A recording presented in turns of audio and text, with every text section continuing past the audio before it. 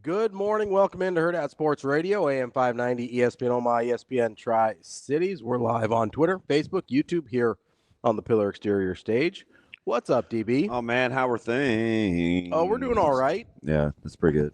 I know you're a little upset about my breakfast choice this morning, but Yeah, I think it's pretty lousy, and it's arguably one of the worst things that you can put in your body. But hey, because I care, and you want the caloric, sugary, whatever intake, man, you do you. listen, if all the NFL guys eat them, why can't I eat them? Man, listen, I don't believe that to be true. You don't think so? I think it's part of a marketing deal. I think sometimes you just eat things in a pinch because you know it's not, even though you know it's not good for you. But when you train fudge. DK Metcalf eats Skittles and gummy bears. You think I ain't the poster child for America's nutrition? I'm just taking all of my nutrition advice from DK Metcalf. Yeah, him or Joel Embiid. What man? You remember the story when he was early in his career, and they're like, yeah, he drinks like 1 billion Shirley Temples a day. Yeah, just I'm like, wait, what? Yeah, is he like 12? Did you ever see Kevin Durant's pregame of eating like Big Macs? Yeah. Although Jordan did the same thing. Oh yeah. I'm just taking my nutrition advice from the greats, DB. Is that you? Because we are genetically obviously very similar. 100%. I mean, at the end of the day, that's what it boils down to, right? I mean, we're more similar than we are different. Technically, scientifically. Yeah, just a gene here and a gene there. A couple strands of DNA here and there. I'd be DK Metcalf. It'd all be different. Yeah, I heard that once. I keep telling myself that. Yeah, I think I'm closer to them than I am like a dolphin. So, yeah. Shane, I'm gonna go ahead and reiterate this. This light sucks. We're on the light today. Yeah, it's just too much. Yeah, there's a lot going on. Yeah, but anything for the show. It's hurting. Is it hurting your head? Hurting your eyeballs a little bit? Yeah. Good morning again. It actually is. Do you need some of those like blue light glasses? I can get you some. What do those do? They kind of like filter out light so it doesn't like hurt your head as much. Oh, I think Ryder has a pair of those for her iPad. Yeah, probably. Yeah. Natasha used to wear some when she was like in a place that had a lot of fluorescence and stuff. Kind of helped her from getting migraines. Fluorescence is in the lights? Yeah. It's a certain kind of like filament in there. Why not? Oh, they're not just lights. No, there's different. There's different kind of lights. Yeah. Got like LEDs. Oh, hey, read Tim's Good Morning. That is an absolute classic. Today, I turned 46 and haven't watched the Huskers in a bowl game in my 40s. All I want for my birthday is a win over Wisconsin Saturday. Well, happy birthday, T. Bizzle. He's the one that came down. He was at the live show for Illinois, I think. Oh, then I'm Team Tim. He's my buddy from Florida. Oh, the guy we took the picture with. Yeah, nice guy. Yeah, Tim's a good dude. Nice You'd guy. like him. He's worked. I do like that. He's worked in churches and nonprofits. You'd like that guy. Yeah, I did like him. He had a good vibe. Yeah, he's a good dude. I talked to my buddy last night for a second too. Yeah? Adam, AC. Oh, yeah. Yeah. Just only about 12 minutes. He's not a nonprofit guy. No, he's very much for profit. He's very much for profit. He's a very good measured sounding board because everybody's like losing their minds. I think it's kind of laughable, but why is everybody losing their minds?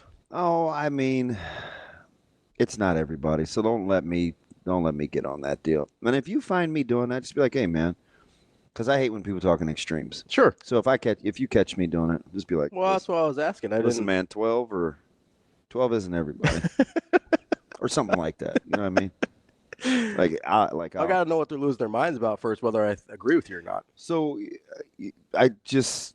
this whole thing since Indiana has been a precursor to what I think inevitably is going to happen. It is inevitable. What's inevitable? Roster change.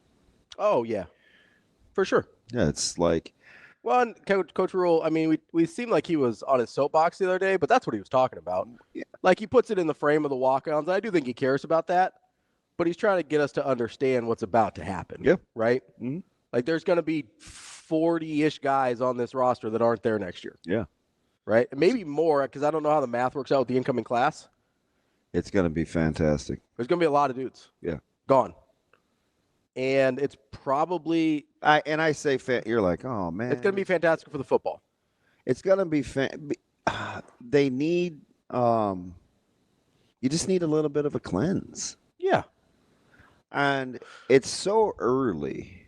And I know people are like, No, it's not. no, it's pretty early in a coaching tenure that I think is going to be built for the long haul, where you still have time to like go through the filtering. Yeah. Right? Because you compare and contrast. You're like, okay, I think I needed this. I didn't really need that. I didn't think I need as much of this. I need more of that. Yeah. Like you're still in that process.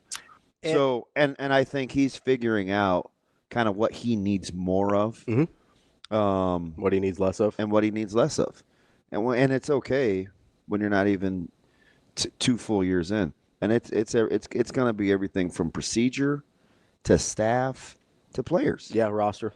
Right? So it's just part of the deal. When you're not where you want to be, you're clearly not a finished product. So, hey man, you're just going to have to go through some change. Can I make the argument that and I know that Coach Rule was bemoaning some of the changes being made sort of outside their hands in the legislative process and everything like that, but like, do you think there's a part of him, because it seems like to me it's kind of a built-in excuse to be like, hey, we gotta purge some guys, we gotta process some guys out of the. Now, when you say built-in excuse, what do you mean? I mean, I think it would have been really difficult for how we were talking about the alter ego yesterday with Dana Holgerson? Yep. I think there's a side of Coach Rule's personality that doesn't want to have to do that. Yeah, for some. Yeah, like that he doesn't want to process. He probably doesn't want to process that many guys out of his program. For some. Yeah. I don't. Again, this is just my opinion, so feel free to push back. But is this one of your soft mornings? You feeling tough? You feeling froggy? You want to jump? Depends where we get to. All right. So I'm just going to tread lightly. No, it just depends on who you are. I think some guys. There's probably gonna be some guys let go. He probably would break out. Skirt and pom poms. Mm-hmm. Don't let the door hit you. Yeah. Or the good Lord split you. I think that's what you guys say, right? That's not. Oh, who's you guys? I don't say that. People other than me. I don't. I know the phrase. Yes. You said the phrase correctly. Did I say the phrase correctly? He got cracked. This dude's got a hat on over there. It's cold out this morning. Now we're back on the crack. Yeah, it's 26 this morning. Yeah, it's a little chilly. Yeah. And so I have to be careful. I need to be careful. I feel like Stephen Malachi Sipple. It's physical. It's hard. It's cold. See what I did there? Where I have to be careful. Some guy, like, this is totally, so what you're hearing now is the total coach. This isn't the humanitarian. Yeah. This is the reality of. This is not the I want to help kids. This is I want to win games. No. Okay. No. What I'm desiring, I think, will help me win games. But I need this league, this sport. I think he's figuring out. While it's got X amount to do with talent, it's not near as much as he thought. That's crazy. That's a hot take. You can write that down. Okay, elaborate for me. So, what's gonna get them over the hump doesn't start with a talent ingredient. It doesn't. Not. Again, this is my opinion. I think you have to clean up the culture a little bit. Yeah, I mean, I don't think you can't talk this much about vibe and psyche and just got to get guys that'll make plays and have it be about talent. It clearly isn't about talent. Yeah, I don't think, and that's not to say you don't need better players. Yeah. But it's a mindset. What did he say? The man told you. He said, listen. With the Bonners, he said the Bonners and the Lloyds, and he said we got to find more players like that. Those are the guys we got to go with going forward. He told you. Yeah. Yeah. Right? So what I'm not reinventing the wheel. I'm just listening.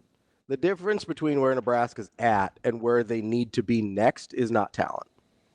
No, Right? Like that's what you're saying, essentially.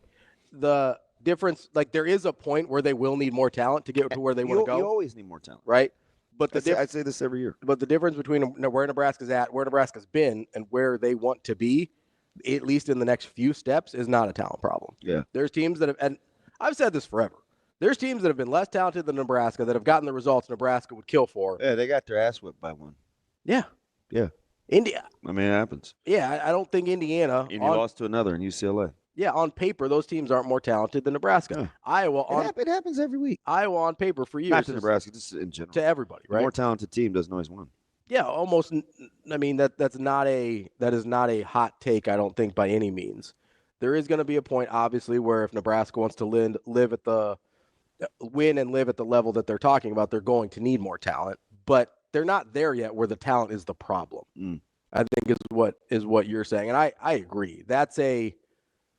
This is a culture vibe mindset, however you want to put it, right? Yeah. I know we get sick of the culture word sometimes, but it's a real thing.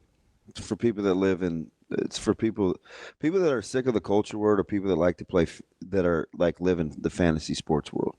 Yeah. They think you just pick go, guys. Go get better players. Don't listen to those people. They can make you dumber. The culture, once that part is fixed, then we can talk about talent. Yeah. But there's a reason. I mean, you want to go all the way back? No. All right, we won't.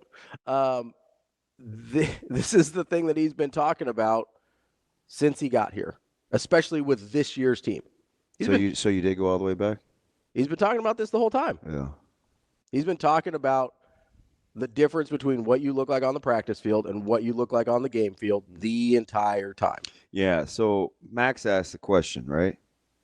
Because this is what everybody does. Mm-hmm. Well, then why haven't Max may be like this big cockstrong dude. I'm just going to read it in a normal voice. Then why haven't Bonner and Lloyd been playing more all season? Because, Max, people make mistakes. Yeah. Yeah. Shocking. They don't always get it right. And lots of times in jobs like this, you fall in love with things other than what is this guy actually bringing to the table. We've convinced ourselves that this happens to everybody but coaches, but it happens to coaches more than anybody because they're so blinded by, I've seen this before. I can make this be this. Mm-hmm. See, their sample size is tremendous, but their job is predicated on potential. So they probably make more mistakes in evaluating over the long haul under duress than anyone in America. Yeah. I mean, well, they have to do it more. You have to guess right? sometimes. Like you're You're guessing all the time, and you're doing it with 18 to 22-year-olds while you're recruiting.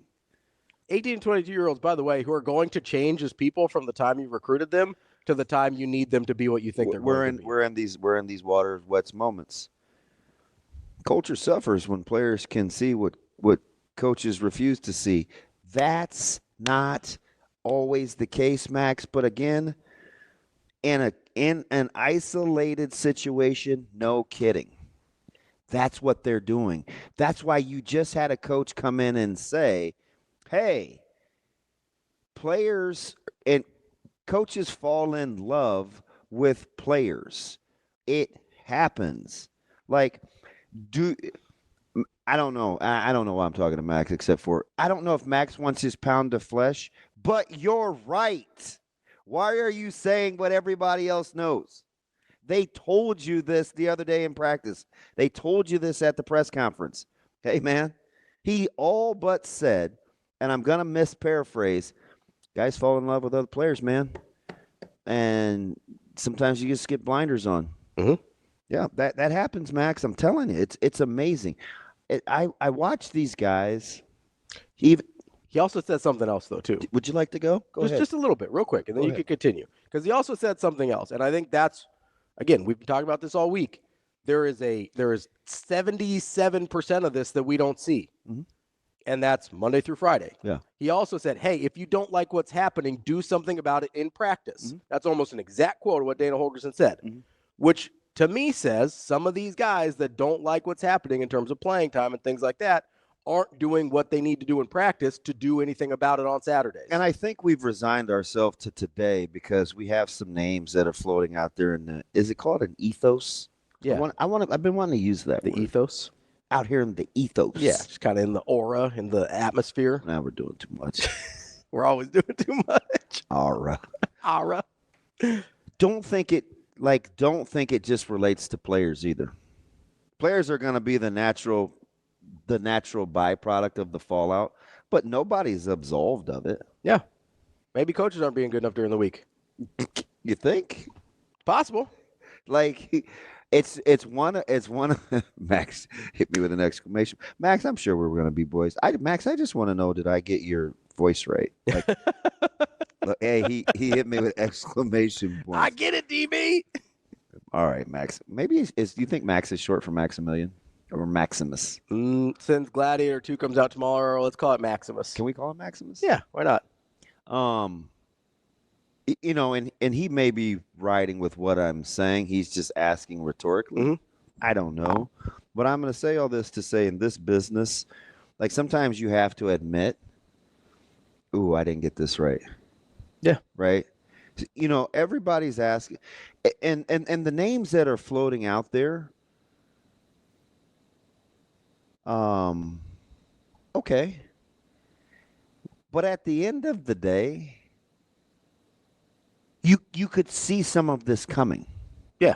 Let's not act like, oh man, I'm shocked to hear this name or that name or this name, right? Nobody, you're not shocked to hear Malachi Coleman's name come up Floating of somebody around. that would leave, right? Isn't that exactly what we thought in the middle of the season when they said he was going to redshirt? They'd never be like, oh, worried about he might transfer. Well, and why is it so? Hear my heart, because I cheer for I'm going to use him as an example. Mm-hmm. Okay, you guys, oh, he's not in your Super Six and this, that, and the other. And listen, man. Sometimes you get in these situations where the onus isn't the coach. The coach cannot be doing the right thing in some areas, mm-hmm. and the player can still share culpability in why it's not going well. Don't make McGuire the easy target mm-hmm. because you don't like some other things that McGuire's doing. Sure. Coleman's track record in high school says that this could potentially be a thing, and that was well before McGuire. He didn't even know McGuire. So leave that alone. Or some of these players that are holdovers that you're hoping you can bring along that other regimes had problems with, mm-hmm. that you thought you could utilize this, like maybe you could fix Reformation project because that's who you are. You couldn't do it. Yeah. So you have to just say, hey man, you know what? I tried this just not working out. Yeah. And so two things happened, I think, right? The legislation of the roster limits and what Coach Rule has really been trying to tell us since Indiana. He couldn't contain himself. He's like the guy that had a secret, but you keep giving him chances to talk more. Mm-hmm. In Indiana, it was, man, we got to coach better. There's no question. But at some point, we got to execute better too. Mm-hmm. Then after Ohio State, hey, everybody talks about talent. We were right there at the end. This is going to sound like coach speak, but we got to execute better.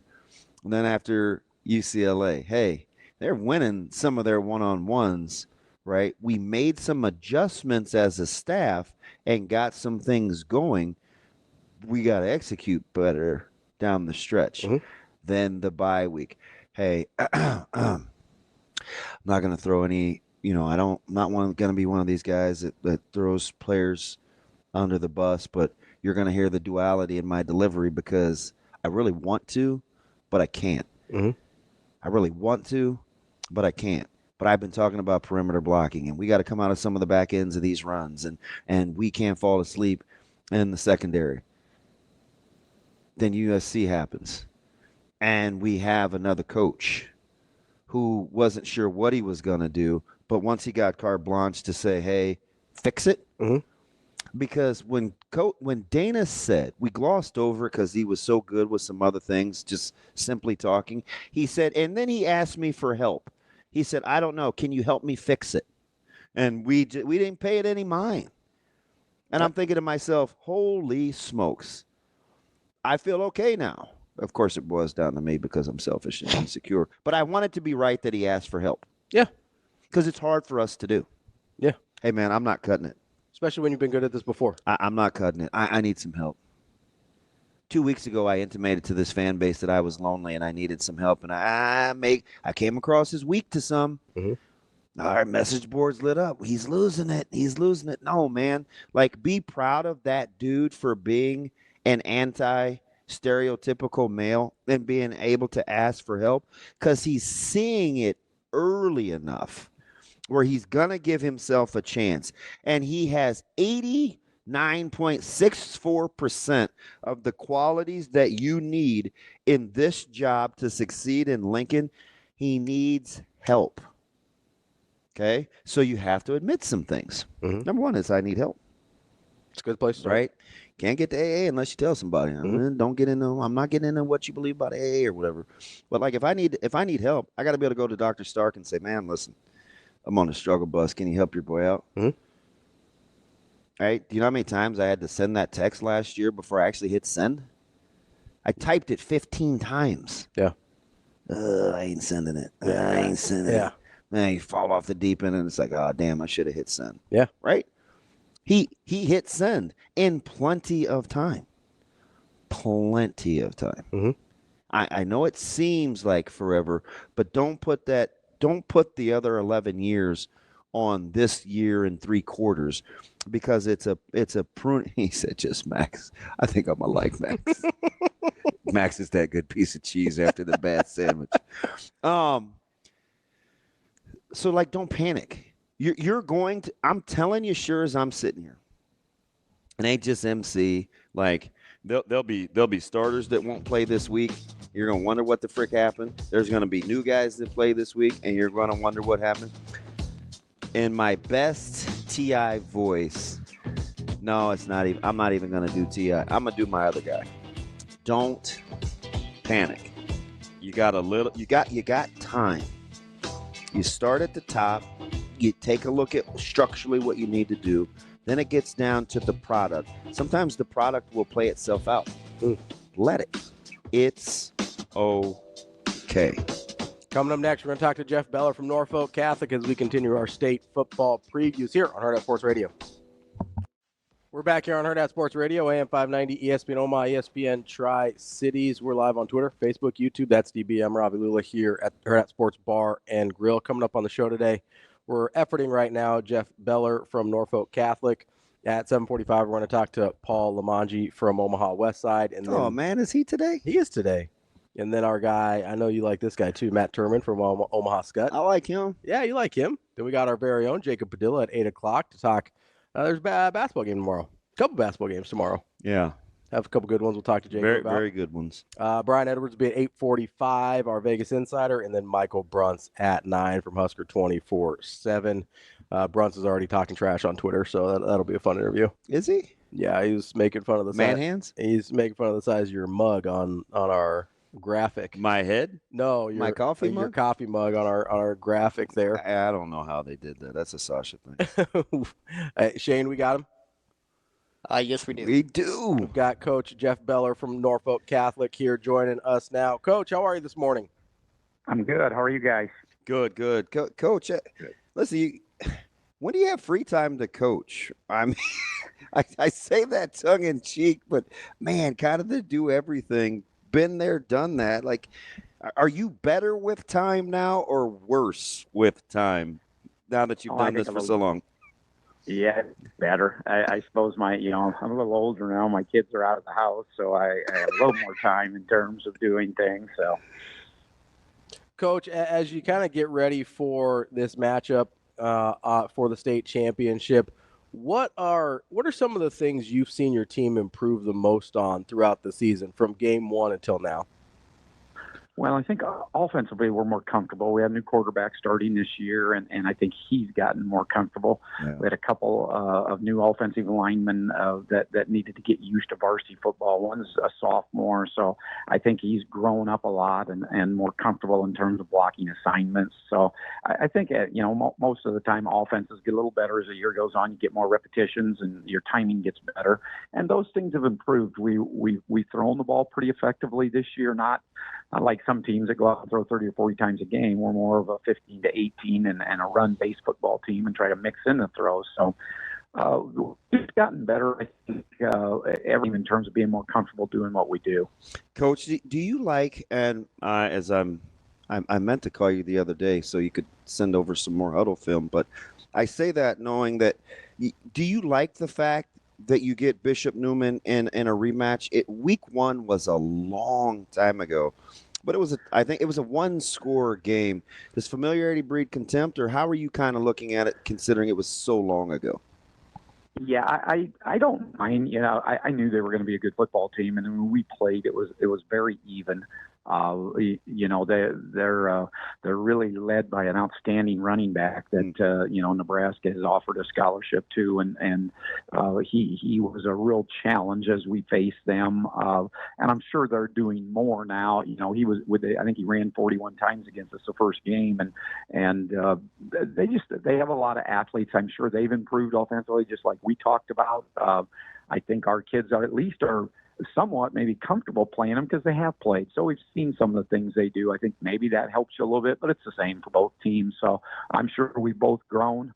We're probably a little different teams, as you said. That's about a season ago in terms of when we played. So, I think both teams will be familiar with each other, but it looks like it should be a very good football game.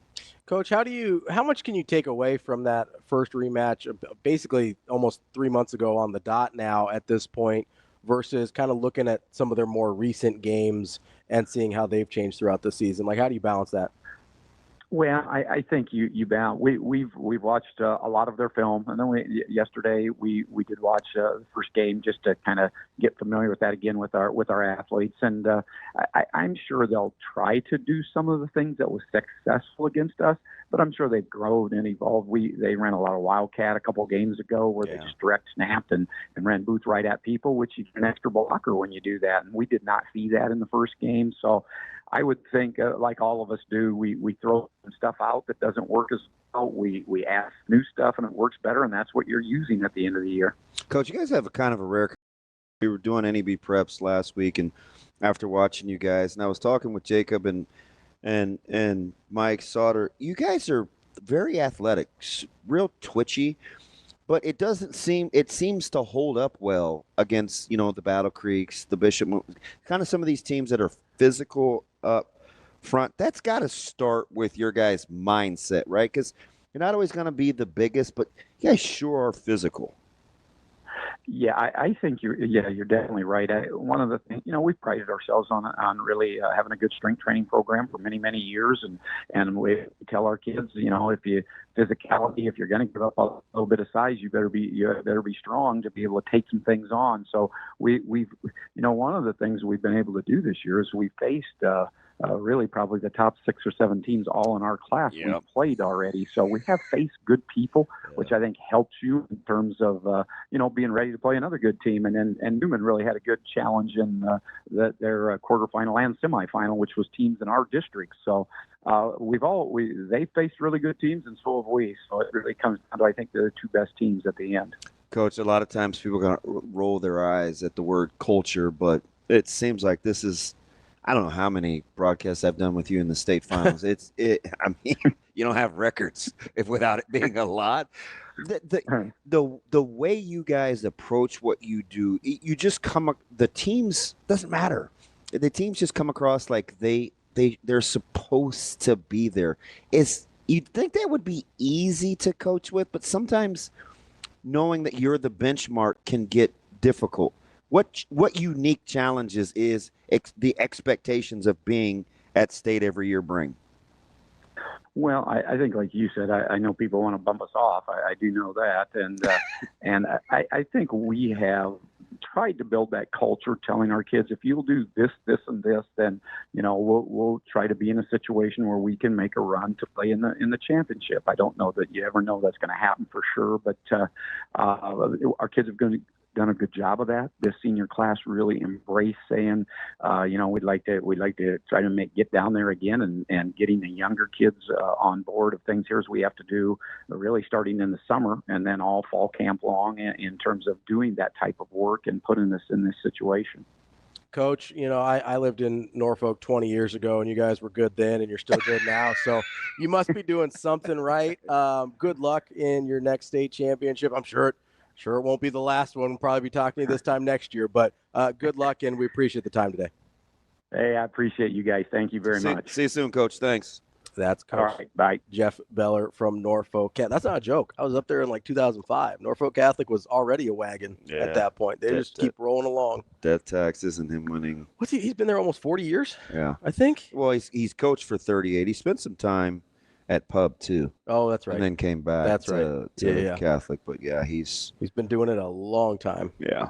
Man, they're an institution up there. He's in the Hall of Fame. He's been Coach of the Year. He's a real one. He's about as good as any to have ever done it in the state of Nebraska. So I think he's got one stop.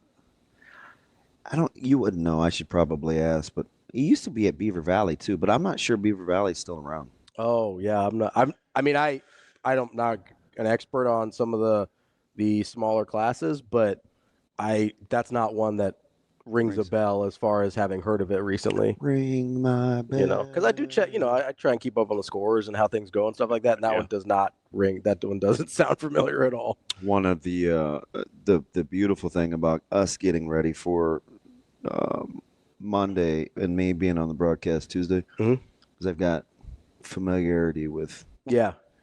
Well, because I know Bennington, I know Skutt. You're diving deep on those huddle films. I know. It's okay though. I like it. Oh yeah, that's like right up your alley. We do NEB preps every week, so we. You talk about. I stay current. You keep up on it a lot anyway. Yeah, I'm gonna have to. I've got to be objective, man. I got Stanton. Spend a lot of time out there. Central City. I practically live out there. I was gonna say Central City is gonna be the hard one for you. Yeah, Brett was like, "Hey, do you need any gear?" And I'm like, "Yeah, I don't think that'll fly in the booth." Just put a hoodie on or something over it. Put on, the sweater vest over it, so you can rock it. Be objective still. Trying to figure out what they're gonna do with Kip Brigham. Whew. Yeah. He can hoop too. Yeah. Yeah. I think I've seen him play basketball. I don't think I've seen him play football. Yeah, he's nice. See him that whole team is hoop it up a little bit. It's gonna be good. Yeah. Yeah, it's gonna be fun. It's gonna be a nice, a fun couple days. Starts tomorrow in Kearney with 6-man, and then it'll get rocking and rolling with the other 6 classes Monday and Tuesday. So that'll be a lot of fun. Coming up next year, we're gonna talk to a guy you're familiar with, your head coach Paul Limongi over at Omaha Westside, and then another guy you're real familiar with, Matt Turman over at Omaha Skutt. We will talk to both of those guys in the next segment, previewing the Class A and B state title games with a couple of talking about some goats here in terms of coaches this morning with Coach Jeff Bellar. We just keep that rolling right along next year with our next 2 guests. We'll be back with more Hurrdat Sports Radio coming up next. We're back here on Hurrdat Sports Radio, AM 590, ESPN Omaha, ESPN Tri-Cities. That's DB. I'm Ravi Lulla, and we are joined now by the head coach of Omaha Westside, Paul Limongi. Coach, how are you this morning? I'm good. How you guys doing? Good. Hey, this is going to sound crazy, but did you know it was our show you were talking to this time? No, I did not. It's awesome. I believe every word of that, too. I do not. I wasn't sure. Wow. Well, all right. How's the morning going? How was that drive down Dodge Street? Nice. Was it about 40 mile an hour? Yeah, nice and slow. Good meditation. Just walked through a couple meetings this morning, so it's off to a good start. Coach, you need a lot of meditation time when you work with DB. Is that what I'm picking up? Yeah, that's it. Hey, I do want to know before we get to football, how do you respond? Do you respond well to being honked at? To being what? When people honk at you when you're not driving the speed limit down the expressway. Oh no, no. Usually I don't even notice. Shocker. He's meditating. How's he going to notice people honking at him? I just go and relax. Yeah. Nice, relaxing personality. You just ooze it. How do you? You're kind of familiar with this a little bit. Is there comfort in knowing that you have kind of a set schedule that you like to do to get ready for these? Yeah, a little bit. I mean, you kind of set up the week after you've done it a couple times. You kind of have a routine, and if you win, you definitely follow it and add some tweaks here and there. But usually you kind of keep the same schedule from the last one or two times you've been there, and kind of fit it to your team, and you just go with it. And it's a lot of fun planning it. It's an exciting time, and you just want to make sure you cover everything and leave no stone unturned. Coach, how much of an advantage is it for you to have this experience with your team, but these specific guys, a lot of them have not been in this spot before? Like, how do you weigh kind of the advantage you've got with some institutional knowledge with the schedule or whatever, yet kind of breaking in some guys that haven't necessarily experienced it in this role yet?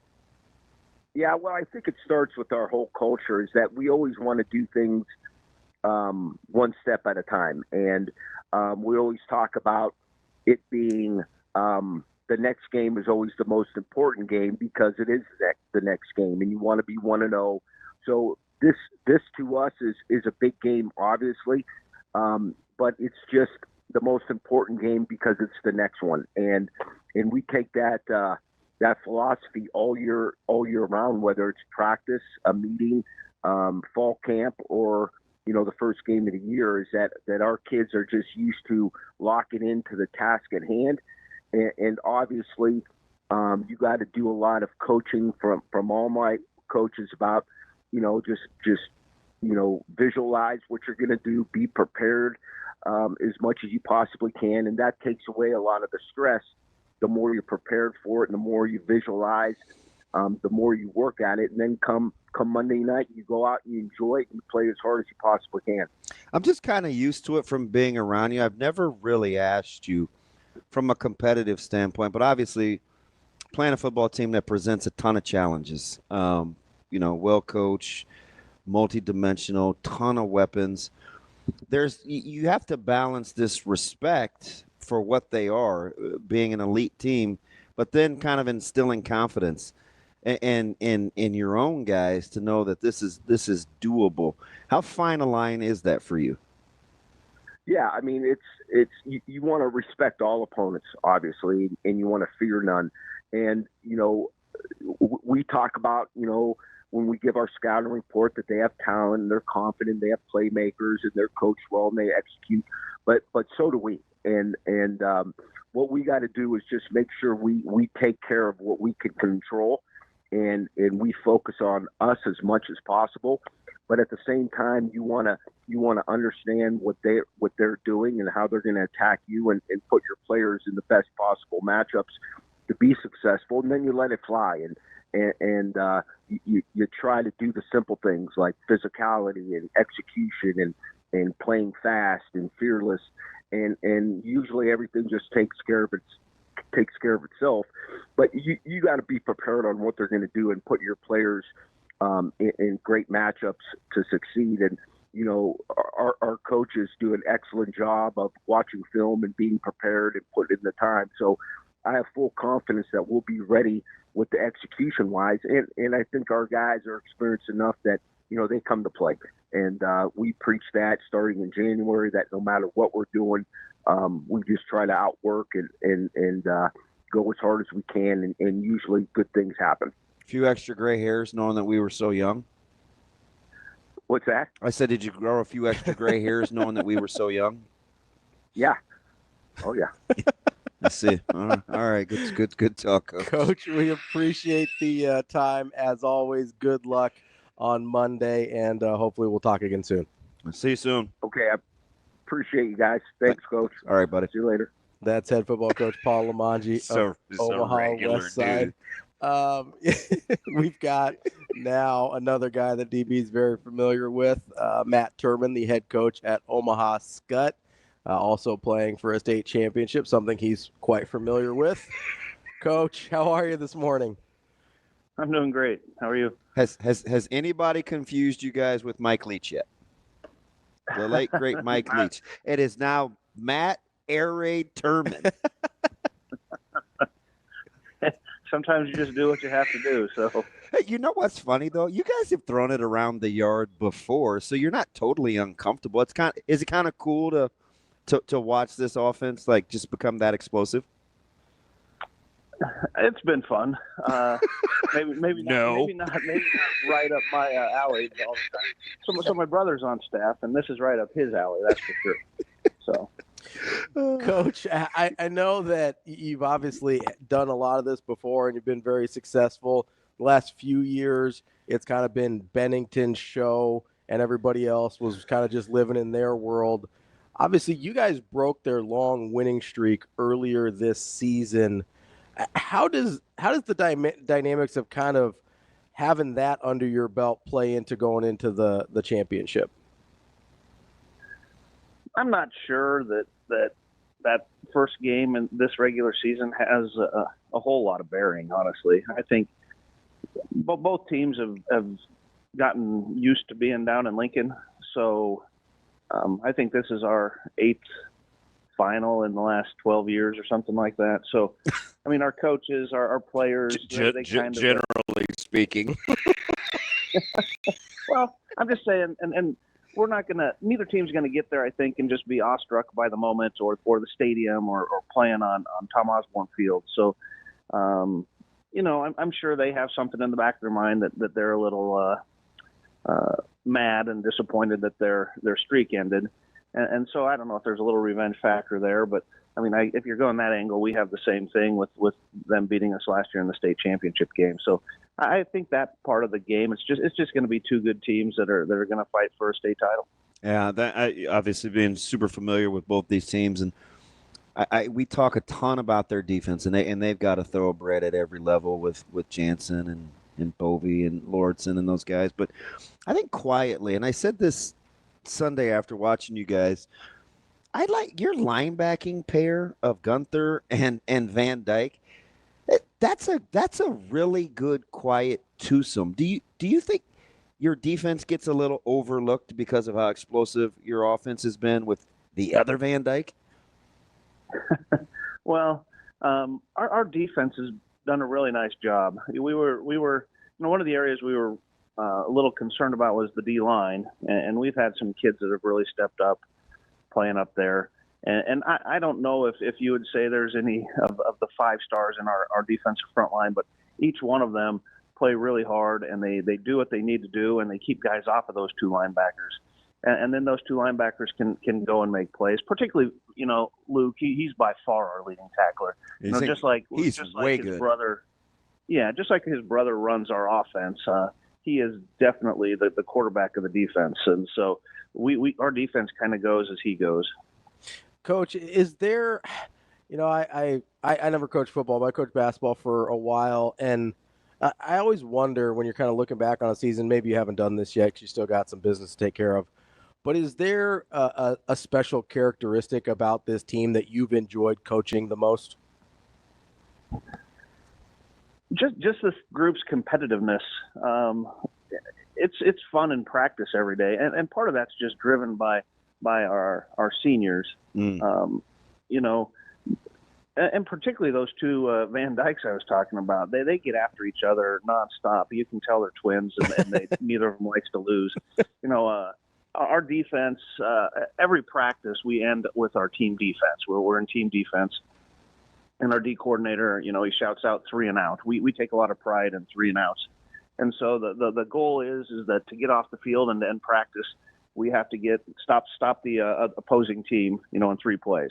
And so now the scout team knows they're trying to get 10 yards, and the defense says we're not letting you get 10 yards. And that's how we end every practice. And Dylan Van Dyke, he takes control of that, particularly in that session. And he is all gung-ho about getting 10 yards against first-team defense with the scout team. So, and that's like the most competitive part of the whole thing. And guys are hooting and hollering, and they're, we get a 5-yard gain with the scout team, and you would have thought we won the Super Bowl with the way that Dylan's chirping at his brother and stuff. So that part's really fun, and just the competitiveness of this group has been really something to behold, and it makes practices a lot of fun. Dylan acts like he reminds me of, I have a huge affinity for him. He reminds me of the guy that he was born a couple seconds later, so he acts like the crazy younger brother. Who was born first? Yeah. I don't actually know, but I'm going to find out.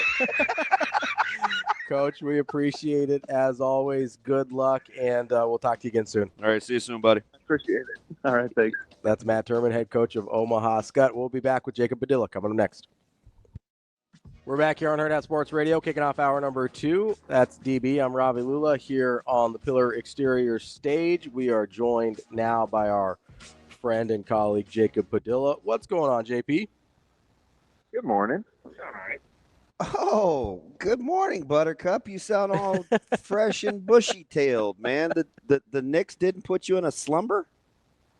Yeah, I saw very little of that game. Decided to go play myself, and then looked at the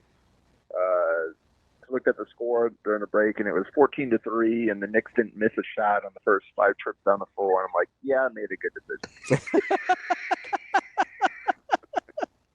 Got to get that pickup ball in. I appreciate that. I just need to get KD and Bradley Beal back out there, because it's been rough without both of them.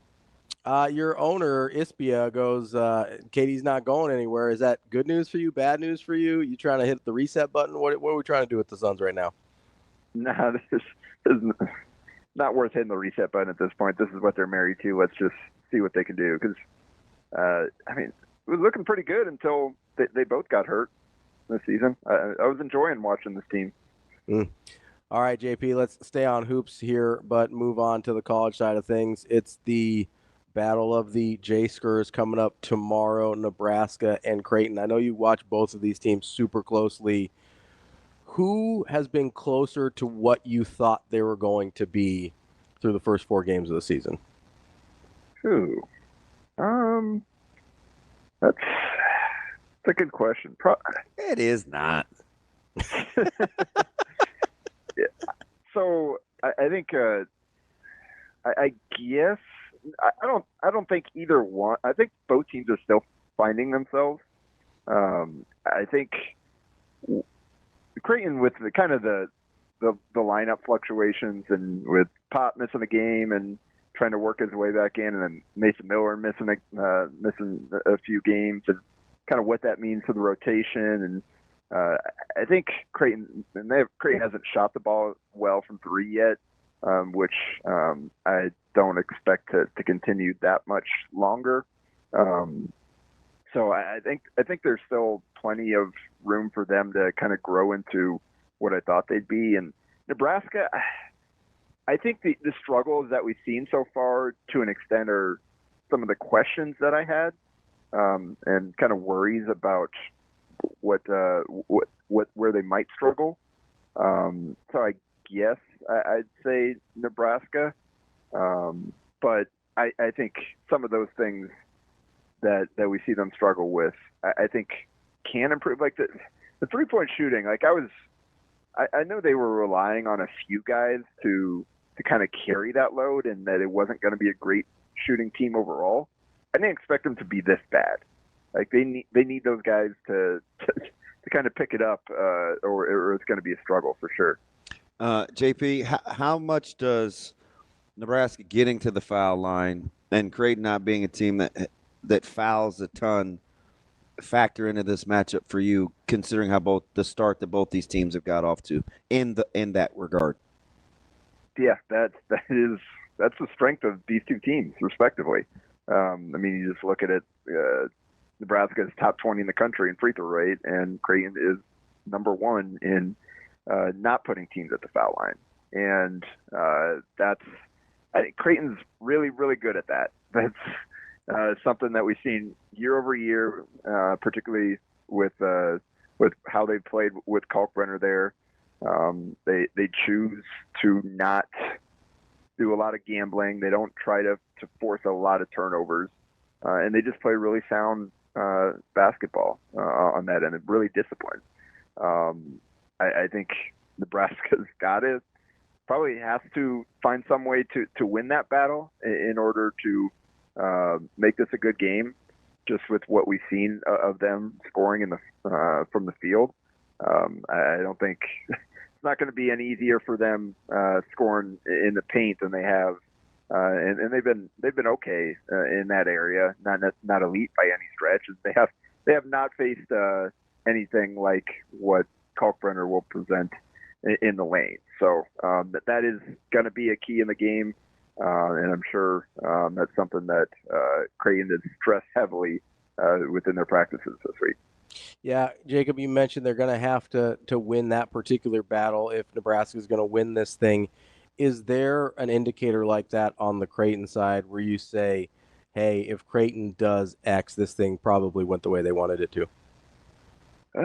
Probably knock down some threes. I mean, like if you win that, then it's just going to be hard from the math perspective to work out. And that's one thing that I'm curious to see what Nebraska's game plan is going to be. We saw 2 years ago when they won in Omaha. Obviously, Kalkbrenner being sick probably had an impact on that game. But also, like, Nebraska dared Creighton. They doubled. They decided we're not going to let Kalkbrenner beat them. They're sending help from the weak side on every post up. They're tagging every roll. They're doubling all the block touches. Like they were not going to let Kalkbrenner beat them, and they dared Creighton to beat them from three. And for whatever reason on that night, they just couldn't do it. Like I don't think that's going to be a winning strategy over the long haul against Creighton, but in a one-off, maybe that's worth the risk. It's like, all right, if you hit 12 threes, then we're just going to lose. But if you're having an off night, then we're going to have a chance to win this thing. So and we know Nebraska, with the way that they typically play defenses, they do fly around. They do double team the post. And good ball movement will open up some threes against that. If you get the ball where it needs to go, you make the right reversals. So I'll be curious to see if they just kind of play this like they normally do, and maybe try that strategy again.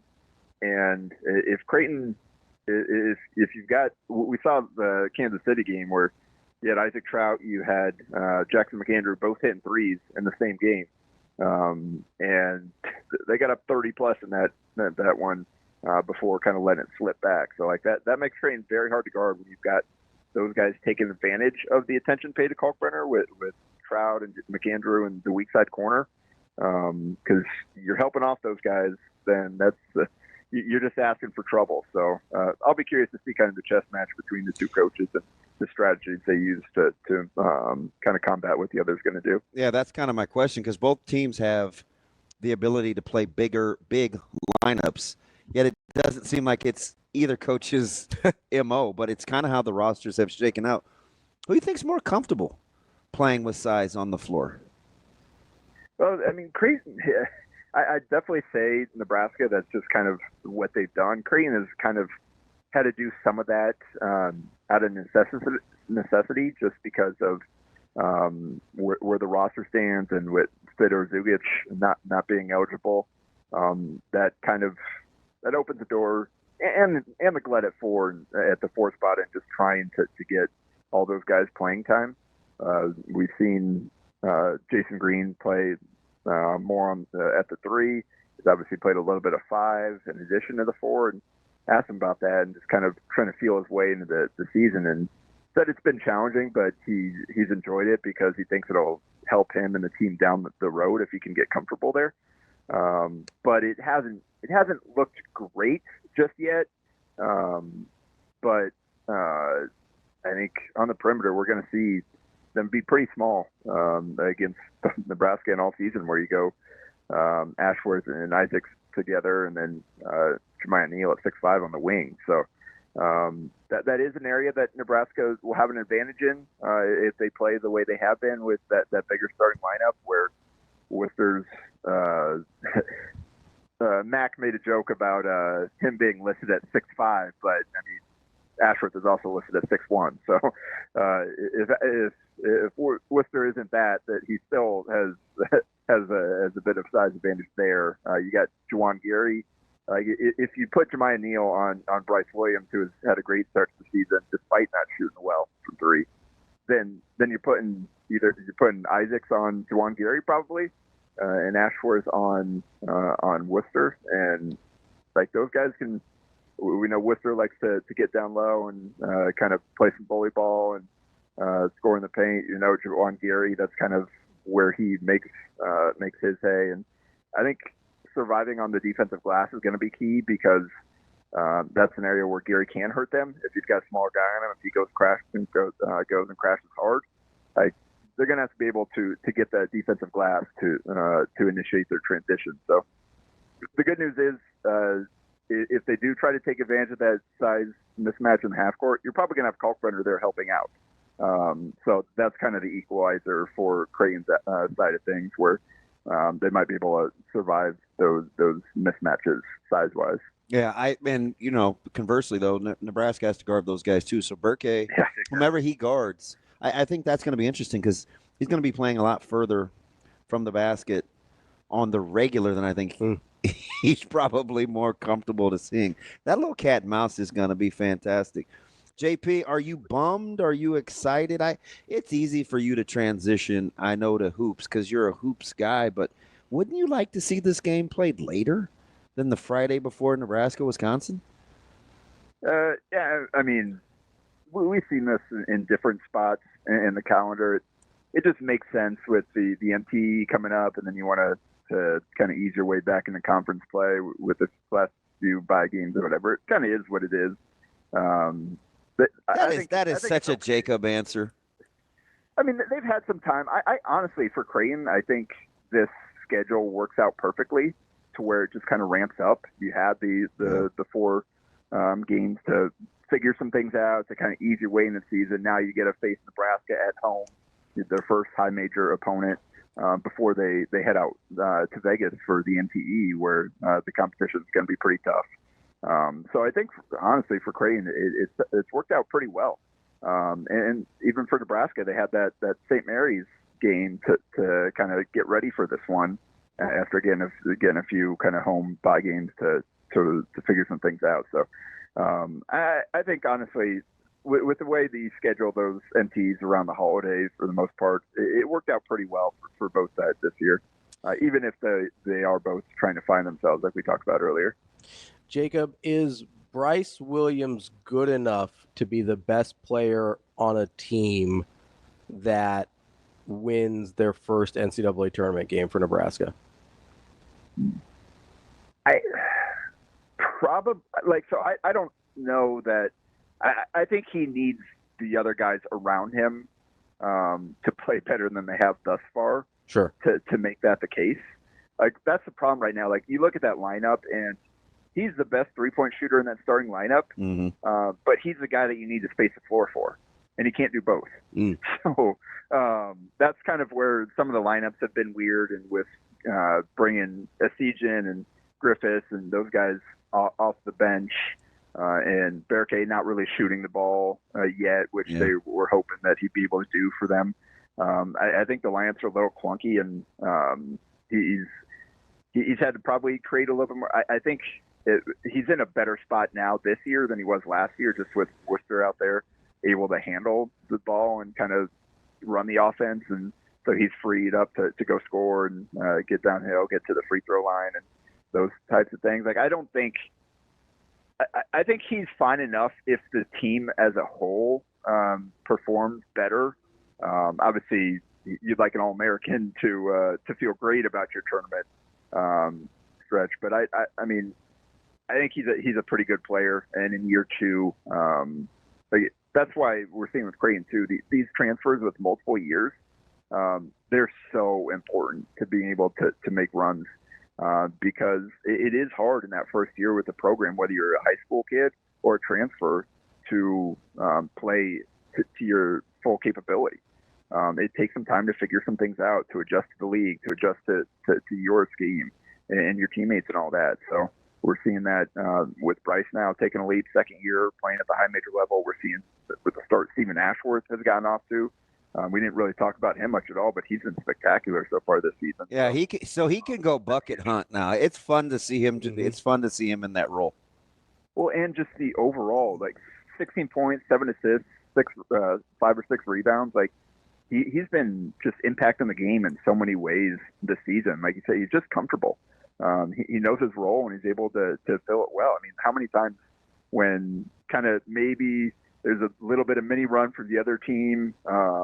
They've had a few rough possessions in a row, and then he just like steps into a 3 off the dribble and knocks it down. And it's huge having that stabilizing force for Creighton. I don't know if better is the word, but he seems like he's more comfortable and efficient ball handler too. Yep. One of my favorite things about this one tomorrow is it's my favorite thing about Raleigh. He looks like a guy that I would pick up at LA Fitness, and somebody's going to get 40 put on him. Like, it's just amazing just how crafty his game is and how comfortable he is with doing it. You know, he's got the little, he can go to the little dribble down, the back it down post game. He's just like a crafty old school. I got that old man game. Just pick you up at the gym and somebody's going to get smoked. They're going to say, I got that guy. And you're gonna get it. Yeah, it's certainly interesting with Worcester and Ashworth, who they came in together at Utah State for Craig Smith 5 years ago, and both had pretty good freshman years, and then kind of went their separate ways from there. And here they are, their final year, going head to head here in Nebraska, and it's 2 completely different styles of playing the same position. So I think that battle is going to be kind of a fun little subplot to watch within that game, just kind of how those 2 attack each other, assuming they'll be matched up for good stretches of the game. And again, Worcester's he's had an interesting start to the season. I think he scored a little better than I thought he would, but the playmaking hasn't necessarily been there. Obviously, it's hard to get assists if guys. Yeah, they got to shoot. Yeah, so, there you go. That's part of it. Yeah, but I think 1.8 assists to 3.0 turnovers. That's not the ratio you want from your point guard, and that is an area as a whole Nebraska struggled with is turnovers. Just killed them in that St. Mary's game. So I think he's hit a few threes by percentages, one of the best on the team, even though it's small percentage. So that's not necessarily his strength. So I think it's going to be fun to watch that for sure. They're going to need him to have a big game and to win that matchup in order for Nebraska to have a chance. I got to take advantage of your expertise, young Jakob. We have to transition to volleyball since I say this tongue-in-cheek, but not really. We kind of are a volleyball state. Nebraska fresh off their sweep and Creighton doing what they do. But I got to ask you kind of off topic here. Who do you think Wisconsin is? I know they had the 5-setter against Minnesota. You've seen both teams here recently. Do we like the direction we like the direction Wisconsin was moving? Then they ran into Nebraska, and it's like, Nebraska's offense they can play pretty fast. That seemed to neutralize Wisconsin. Like for you, who's the next best formidable team in the conference? Not named Penn State. Yeah, with Wisconsin, the issue too that they've run into even since that Nebraska loss is last few matches they've been without their libero and their best center specialist. They've both been hurt, and I'm sure that's impacting. In that 5-setter against Minnesota, they're the kind of the fill-in at libero had 4 reception errors. So that's not great when teams are able to pick on your libero in serve receive, and that just makes it so. I don't know how they won it. They won that thing hitting 158, 20 to 18 in the 5th. So I think the answer to your question is probably Purdue. I think at full health, it is Wisconsin, and like you said, it looked like they had really kind of settled in and figured it out leading up to that Nebraska match, and then Nebraska rose to the occasion and played their best match of the season. So I think obviously Nebraska's already done with Purdue. They're done with almost everybody, which is crazy that we've got 2 weeks left here, or a week and a half even, three matches left in the regular season. But the way it is interesting that Nebraska, you have the one-off with Penn State at Penn State. If Nebraska goes and gets that done, they'll certainly this will be kind of one of their more impressive, I think, conference titles. From that standpoint, as your top competition, you got to go beat them at their place, and there's no fallback of we'll see them again in Devaney. So if they're able to get that done and clinch that title, that'll kind of say a lot about this team and what they've been able to accomplish this season. You think Nebraska settled in on their rotation? It seems like it. Yeah, it seems like it seems like it is what it is, right? Yeah, it just seems like Cook has decided to go with Landfair. Although, and then after the first half of the season, right? It's crazy how this has evolved. Yeah, it's unfortunate that Krause had the opportunity and didn't necessarily the last couple of matches, just for whatever reason, couldn't quite get it going, and then Landfair came in and had some highs, but also has struggled with consistency herself.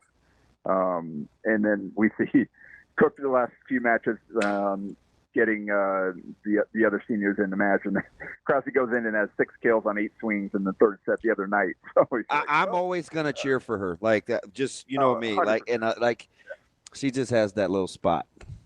Well, yeah, and I'm the same. Like covering her in high school and seeing everything that she's accomplished, and it's unfortunate when you've got a loaded team. Somebody really good is going to have to fit, and although we'll see if in tournament run here if Cook. I think at that point, I think Cook said he just wanted to find some consistency and give Landfair a chance to play through some things, but if she's out there tipping and missing shots in the NCAA tournament, I would not be surprised at all to see Cook go back to, all right, Lindsay, your turn. Let's go see what you've got, because at that point, you're not worried about someone building confidence for the future. You got to go win right now. And so he does have those options if we get into the postseason. But for the regular season, it kind of seems like he decided just to roll with what we've seen recently. Jacob, more impressive to you so far this season, Nebraska's ability to stay laser locked and focused when really they just kind of got to get through the season to try and achieve their goals of trying to redeem that national championship loss, or Creighton with their 11th straight Big East national or conference title? Yeah, that is crazy. Obviously Creighton's the best program in that league. They're so silly with their pin hitters. Oh my goodness. Yeah, we know how good Kirsten Berthel Booth is at what she does and what she and her staff have built the program into. Creighton should be winning the Big East every year, but it's still really impressive to go out and do it with the consistency they have, and to not slip up and to be able to get up for the big matches every single time. So I think I'd say just over the long haul, the consistency and the ability to keep building up that roster and to find year in and year out new players to come in. And it's crazy what this this senior class has accomplished over the years. And they've got some good players kind of coming up and supporting them. So credit to Kirsten Berthel, but Nebraska, 24 straight wins, 17 straight in the Big Ten. Cook often talks about the Big Ten being harder to win than national championship because of the 10-week aspect of it. And here we are in Nebraska, pretty close to sweeping through the league. That's our guy, Jacob Padilla from Hurrdat Sports. Jacob, we appreciate it as always. Yep, practice another time, guys. Thanks, JP. More Hurrdat Sports Radio coming up next. We're back here on Hurrdat Sports Radio, halfway through the show. That's DB. I'm Ravi Lulla, and reminding you, if you're on your way to work, make sure you've got that seatbelt fastened and make it click. It prevents injuries and saves lives, but only when worn properly. This message from the NDOT Highway Safety Office. What's up, DB? And they're having a deal, not a deal like BOGO, but NDOT is partnered. They've got a grant coming up. I think it's over the next couple of days. It may start the 23rd or end on the 23rd. I probably should know, but at the end of the day, the moral of the story is going to be paying much more attention to seatbelt infractions and driving with your seatbelt, because the accidents that have been happening, the increase in folks not wearing their seatbelt has been monumental. So I think there's going to be a concerted effort over the holiday to make sure that you are buckled up. So double down on Ravi L2's memo. Make it click. Make it click. Don't be a silly guy, a silly gal. Don't be silly. Make it click. Don't be silly. This sounds message from the NDOT. Hey, don't be silly. No, it's a big travel weekend coming up next week. It's a lot of people on the roads. You got to be careful out there. So if you're me, see, B-Mac may drive. Let me get in my headspace here. Okay. B-Mac may drive just to spend a little extra time with the fam. He's got 2 littles. I think he loves being this dude will FaceTime his kids. May drive to Iowa City? Yeah. Okay. It's like the greatest thing ever. Yeah. I don't have the patience on game day, but and they're daddy. It's like, it's cool, right? It just settles me down. Yeah. And he's thinking he's probably going to drive for extra time. But I don't want to drive back, because I don't know if you've ever driven back from Iowa City after a game. I don't know what it is, and maybe there's only like one real way to go. I mean, from there to here, yeah, basically. And it's a 6:30 game, so I'm like, that's gonna be lit. Yeah. But I would ride out with him and fly back. Yeah. If I was driving back, I'd stay the night. Oh yeah. Yeah, I'd come back on Saturday morning. I wouldn't drive back Friday night. That's just me though. I don't, Yeah, well, you don't have any real responsibilities other than being married. Yeah, I'm just saying. I have kids. I have to get back. Stay the night. Who's taking care of you? Oh, Tasha would stay. Yeah. She would take care of the dogs, or we got a couple people that we ask to take care of dogs, or my parents or siblings or whatever once in a while help us out there. I don't know what time we're leaving yet too, so that'll be. Yeah. Might ride out with Benny Mac though. Have a little road trip. It just was interesting. Yeah, he's fun. Like, I wouldn't mind the time spent. It's not a terrible drive out. No, I've been there several times. It's like unfortunately 4.5 hours. It's not bad, especially for us Midwesterners like to get Although in the car one and time, drive. maybe once or twice, I think DJ drove it. Really? Which is much better than me. But then the other last couple times, like, I think it was just me and Caleb. But anyway, yeah, just pondering.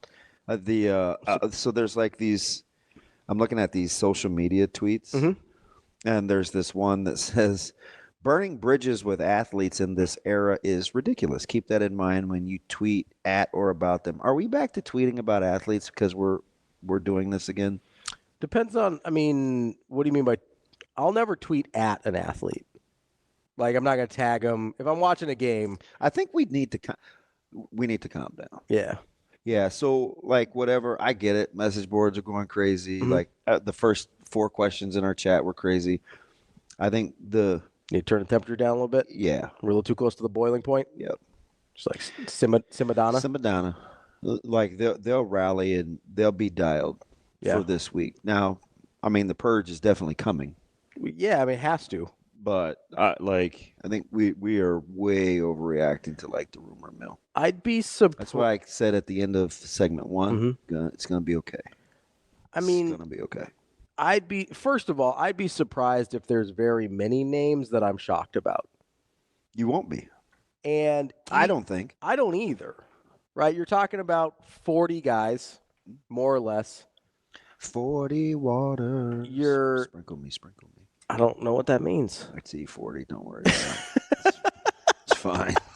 Don't even worry about it. That might be a little before my time, DB. Yeah. No, like, you're going to be about 40 guys. Obviously, you've got an incoming freshman class too, so those numbers are going to be a little bit fluid between the freshmen and the transfers, which I'm sure they'll bring in some transfers this year again. I don't think they're going to go full Dabo and just not take any transfers, right? But I'd be really the last time a guy left and I was like stunned was probably Ernest Hausman. That was the first one that like caught me off guard. Oh, that's a good pull. Like outside of that, you didn't Spielman? You could see Wandale. Yeah. Because I mean, I was disappointed that Wandale wanted to leave, but I got it, and it wasn't shocking to me. Mm-hmm. Like you had like this 140-pound guy playing running back a lot. Like that was probably not what he signed up to do. And obviously, connections. How funny is it back home and everything? He and Barney both wearing the same 17, and that's the comp that he gets.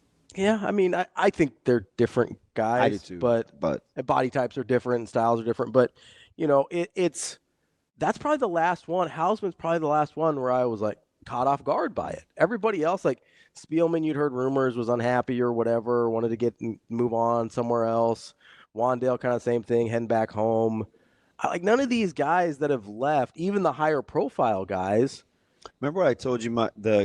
I can't remember. Somebody tweeted it to me. I always said, we haven't won with you. We certainly can lose without you. Yeah. He said he would just tweak it and say, we haven't won with you. We certainly can win without you. Yeah. And I was like, oh, I kind of like that. But I don't know if that's true. Yeah, I know. Because we don't know if they can win with you or without you. Well, that's the goal, though. Right, 100%. I'm going to try and win without you because I haven't won with you. It's no different than you don't want to speak losing into existence by saying it the other way. 100%.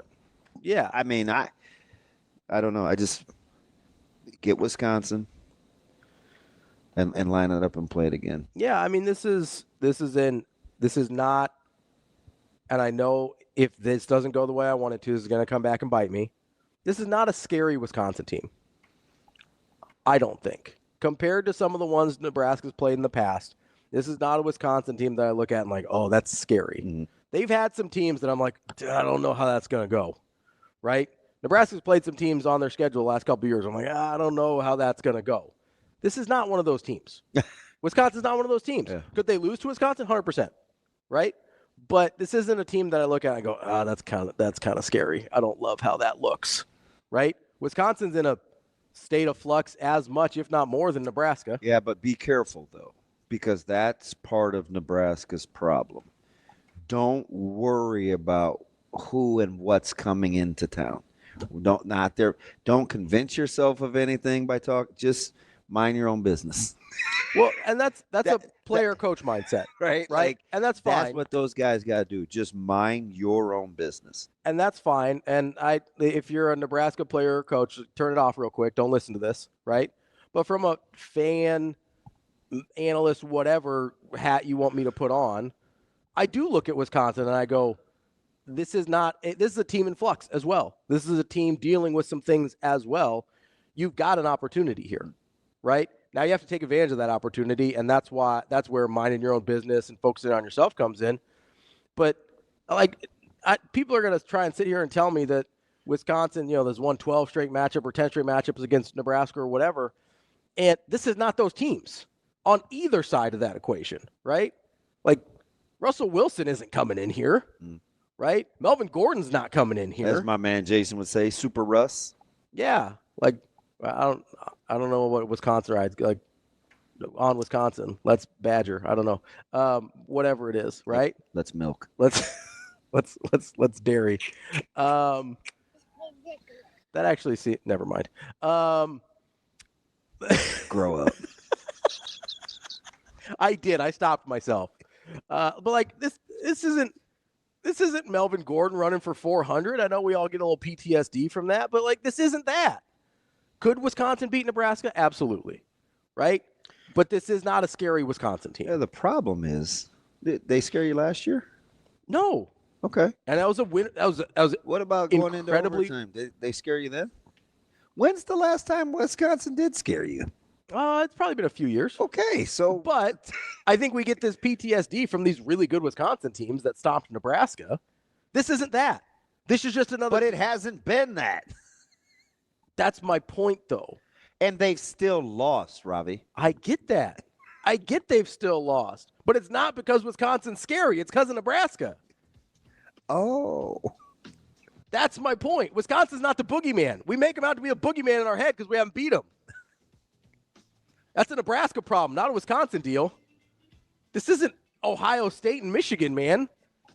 This is a fairly mediocre Wisconsin team. You're going to have an opportunity to go out and beat them, so go out and beat them.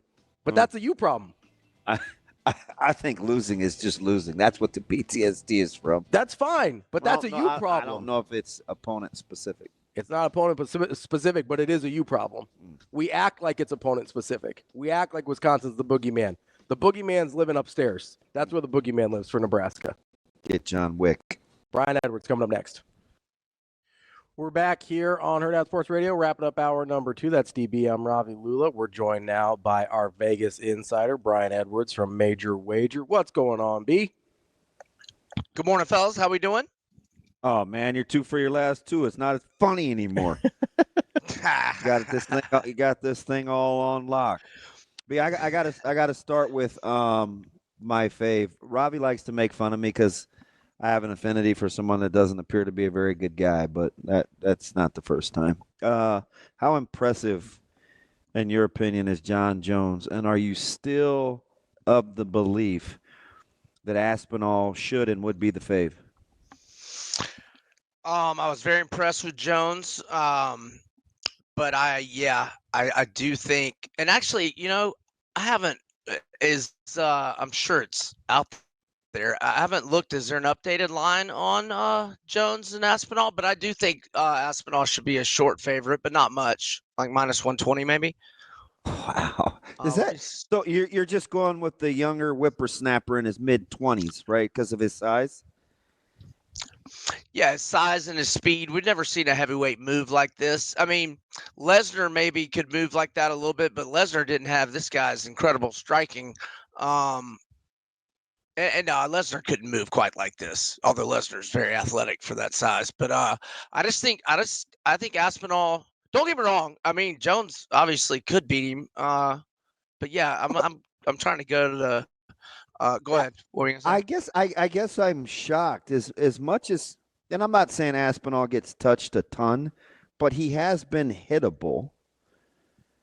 I'm surprised you think that a guy that is as good a striker as Jones is, he really would put Aspinall's toughness to the test. Yep. It would be wonderful. I hope we find out. I think we're gonna find out. I don't know that I've been that. The greatest line of the whole deal is when they asked John Jones how much it would take, and he said a lot. Where the outcome was a lot. But he truly has a disdain for Aspinall, though. It strikes me as some of the conversations I've had with Bud. They're just some guys.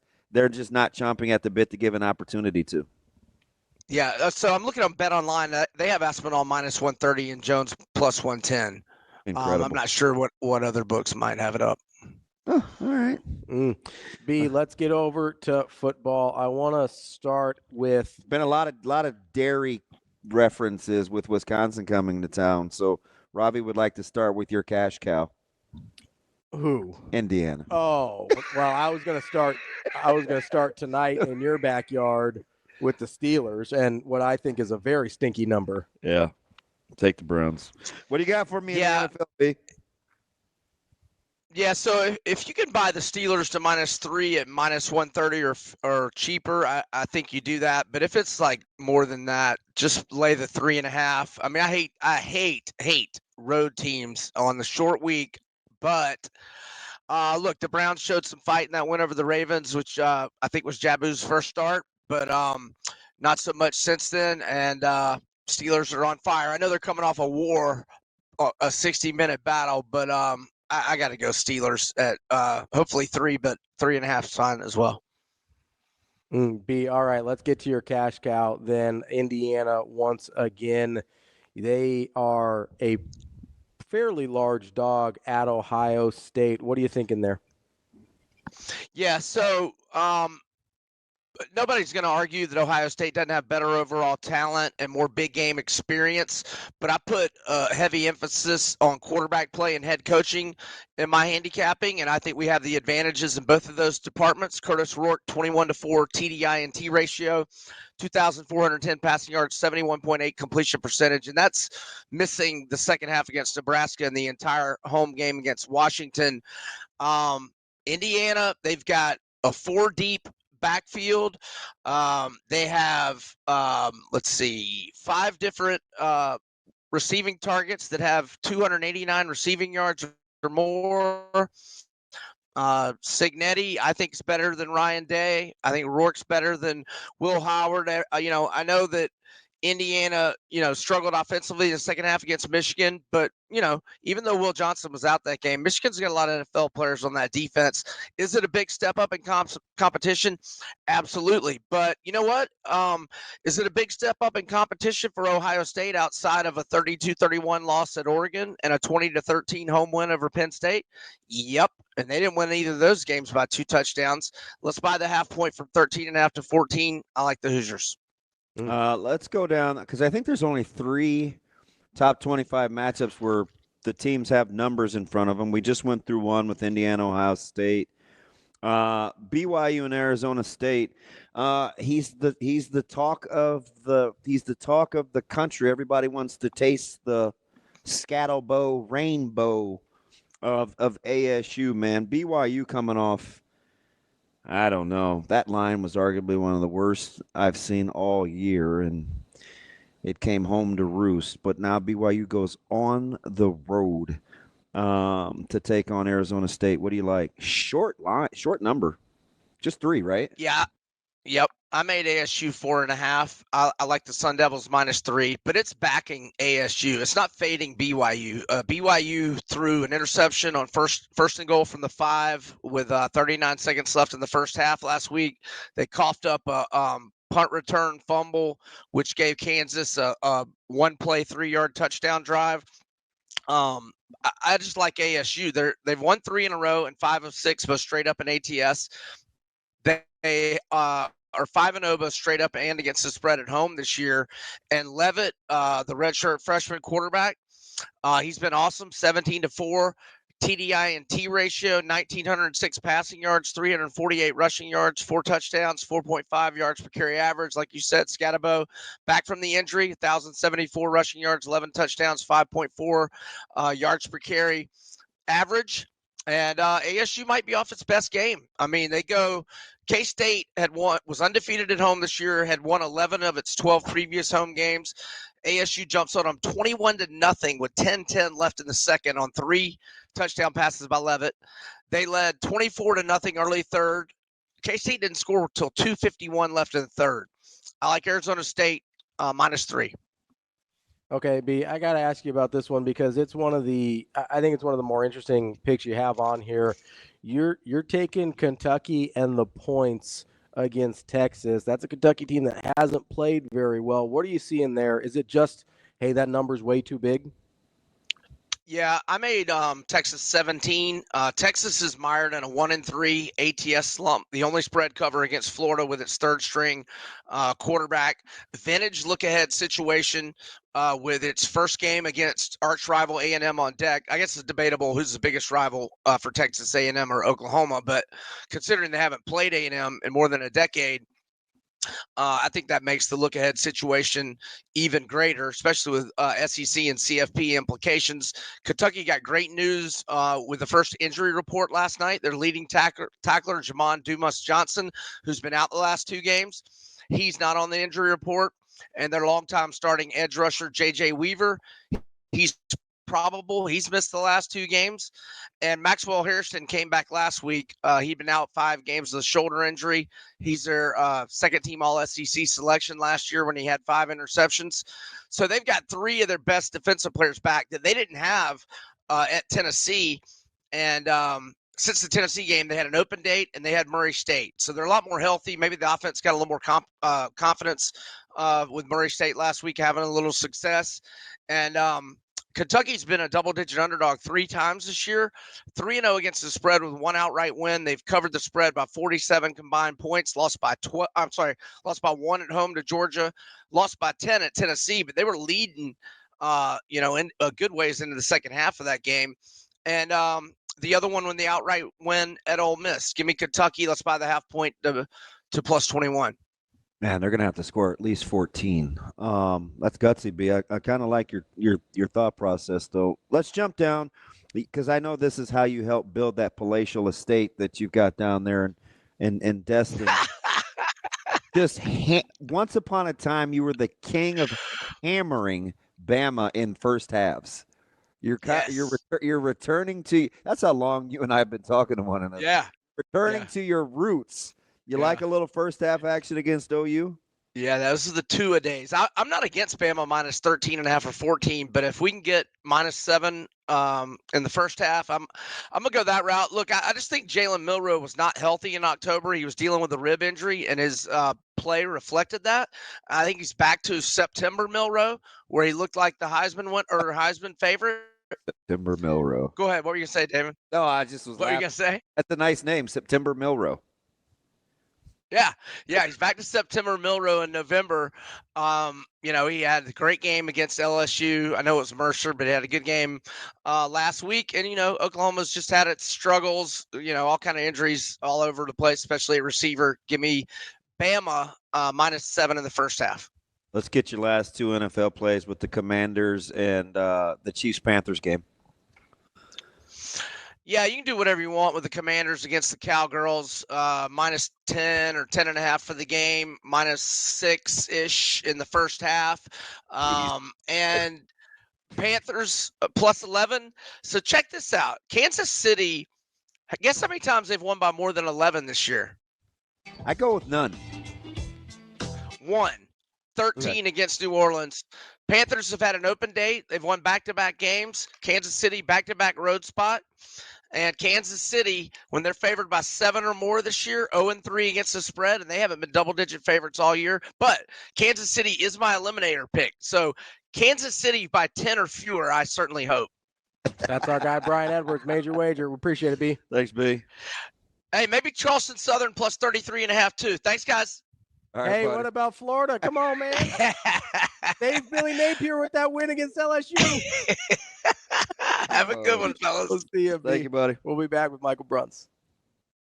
Kicking off hour number 3 here on Hurrdat Sports Radio, AM 590, ESPN Omaha, ESPN Tri-Cities, KFOR and Lincoln. That's DB. I'm Ravi Lulla here at Hurrdat Sports Bar and Grill. We are joined now by Michael Bruntz of Husker 24/7. What's going on, Bruntsy? Hello. Hi, Bruntz. I asked the court permission to treat as a hostile witness. I have been granted permission. I don't know what Bruntz do. Whoever the graphics person is at Hurrdat needs to just every week just gradually making that coffee cup bigger and bigger. It was huge. I could barely hold it, Bruntz. Well, you got the other hand under it. You're supporting it like it's a baby. So, yeah, I would die laughing. And remember, I'm the guy with big hands. You got to support the neck so it doesn't break. I was waiting for that joke to happen, and I left it out there for you, Bruntz. Yeah, I took the pitch. I wasn't gonna swing at that one, but I would die laughing if by like April, if that coffee mug is just like comically large just because it's been increased in size week to week. Now I'm going to see if I can get him to do that. I just wanted to cover. No, you can't. Well, I'm right here. I wanted to cover his entire torso. Just. Do you like how he's like speaking this into existence as if it's going to sneak up on me? By August, it's just going to be that Damon's not even going to be in the picture anymore. There's a coffee mug. Just a coffee mug with Damon's face on it. That's great. You guys are funny. Yeah. Couple of Miller Northians just yucking it up. That's how you know we're good guys. Hey, so Bruntz, before we get started, I told BC I'm going to need you, Shafe, and BC to switch up your seats because you're part of the reason that Nebraska has struggled at home. So you guys just change seats, okay? Yes, that among over everything is the reason they've struggled. It is. We could do that. Break the up whole that game. threesome. I don't know how you sit, to be honest. I'll bring a standing desk. I'll move Mike Babcock out of the way, and I'll just put a standing desk right there. Nobody moves the goat. No. But yeah, we'll see what we can do. Because I guess, yeah, it's been we. Now that you mention it, we've been in that configuration since the 2017 season, so you might be onto something there. Yeah, just give it a try. So it's not like one of you can get mad at the other. You're only taking each other's seats. So it's your guys' fault. That's where we're? Yeah, I tried to convince. That appears to be the case. Yeah. All right. Well, I think you know what you have to do, as a gentleman and a scholar. I think you know what you have to do here. Take one for the team. Bruntz, as you look, let's look back first. Actually, as you look back to the USC game, it seems like, and maybe I'm living in my own little bubble here. That's entirely possible. Typically is the case. Yeah, usually it seems like coming off of a loss, the narrative around Nebraska has been more positive than I would have expected. A, is that what you've seen or experienced? B, if it is, why do you think that is? Yeah, I mean, I think you probably the people that I know who have weighed in on it, I think generally have weighed in on that game and the direction going forward based on kind of how they felt going into it. Because, I mean, I think I would be willing to entertain the viewpoint that there was more tempo on offense and there were some plays there that probably needed to go for more than they did. And that's all good considering what you had 12 days to kind of make everything mesh and work together. And, I think I could also go along with the viewpoint of, the numbers and production and everything else was pretty similar to what it had been prior to the USC game, and you saw some of the same issues that have popped up over the last 5-6 games. So I don't know. I mean, I'm eager to see what another week of this looks like. I'm eager to see what it looks like offensively with another week to kind of learn personnel. I mean, I know that Dana Holgerson doesn't know names over there yet. I have to think that, another week of practice, maybe you're able to see some different guys that might help in different situations. So I'm eager to see what that looks like this weekend. And, I think, the one thing though, that kind of stuck with me from that USC game was just kind of watching guys file out of the locker room after the game. And it was, it was a group that seemed like was going to need to be picked up this week. Like it kind of struck me as a group that was a little bit beaten down by the way things have gone. So we'll see which Nebraska shows up. But I mean, I feel like we talked about that last week going into the USC game where it was a little bit of like, okay, you've had all these losses pile up. How are you going to show up and how are you going to play? Yeah. So this is the first time. So this is different. This is just my opinion. So I'm going to get your thoughts here, Bruntz, which is why I think we have weekly guests, isn't it? All right. I'm just going to follow the script. Sometimes I just have to process out loud, Bruntsy.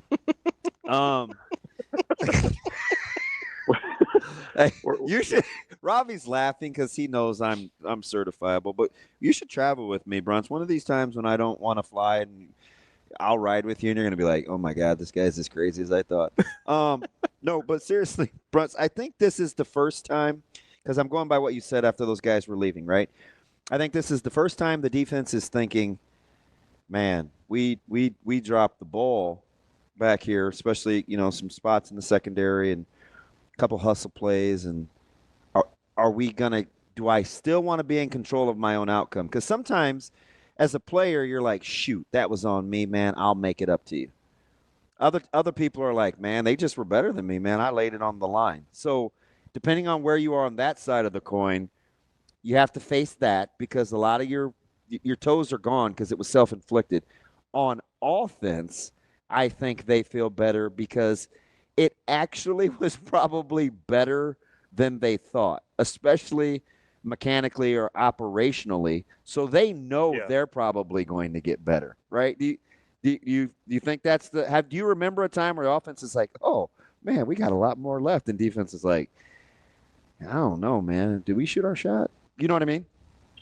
Yeah, no, that's fair. I mean, I know Matt Rule was asked, specifically if like the Holgorsen move was done to, like, basically a benefit of it would be like a spark, like in kind of resetting the deck a little bit. And I think there's probably something to that. I mean, when you've just been not great for nine games, and you have somebody coming in and speaking a little bit differently, doing things a little bit differently. I would imagine for guys that were maybe more role players rather than the 50 snap a game type guys, there's probably a little bit of bounce in their step going into practice with somebody new looking at things. So I think I'll buy that on offense. I thought for the most part that things went pretty smoothly. Like I said, I mean, you saw Nebraska use a little bit of tempo. They were playing a little bit faster than what they had prior to Dana Holgorsen taking over.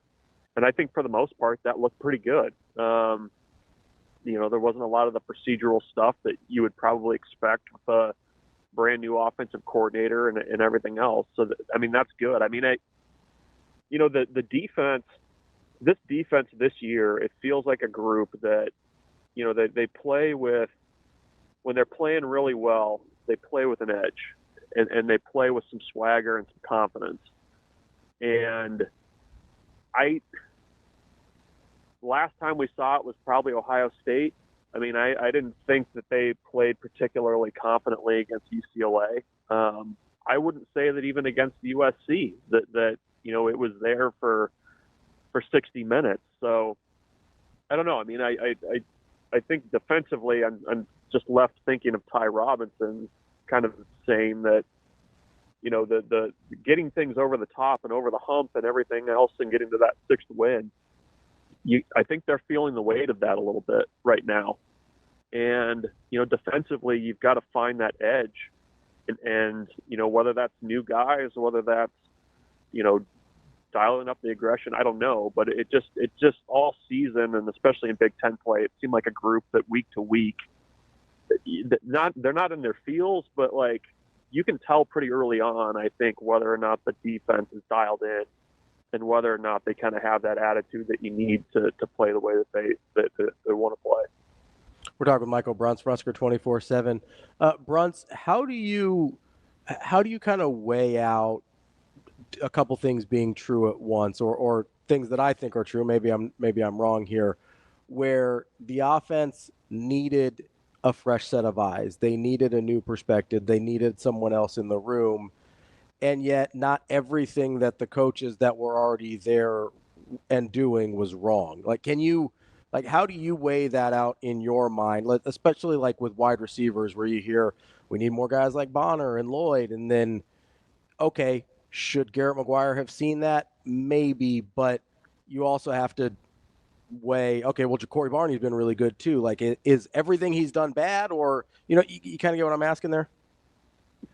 Yeah, no, I mean, I think it also comes down to, how the coordinator wants to run things. I mean, especially at the wide receiver position. I mean, Dana Holgorsen's a wide receivers coach by background. Like, I'm sure he has very clear expectations and, just preferences on how he wants things run with that group. I think you're right. I mean, I think two things can be true. I mean, I think somebody can come in and do things very differently from the way they were being done before. But I don't think anybody would argue that, getting Ja'Cory Barney a lot of snaps has been a bad thing. Like I think sometimes too, if you can, if things can be taught a little bit differently, like you're kind of changing the stimulus for some of those guys. Of like, I'm sure that they've been taught to block on the perimeter a particular way, for the last year, going back to spring ball. But, somebody comes in and, I I have not gotten the sense that Dana Holgorsen is will mince words.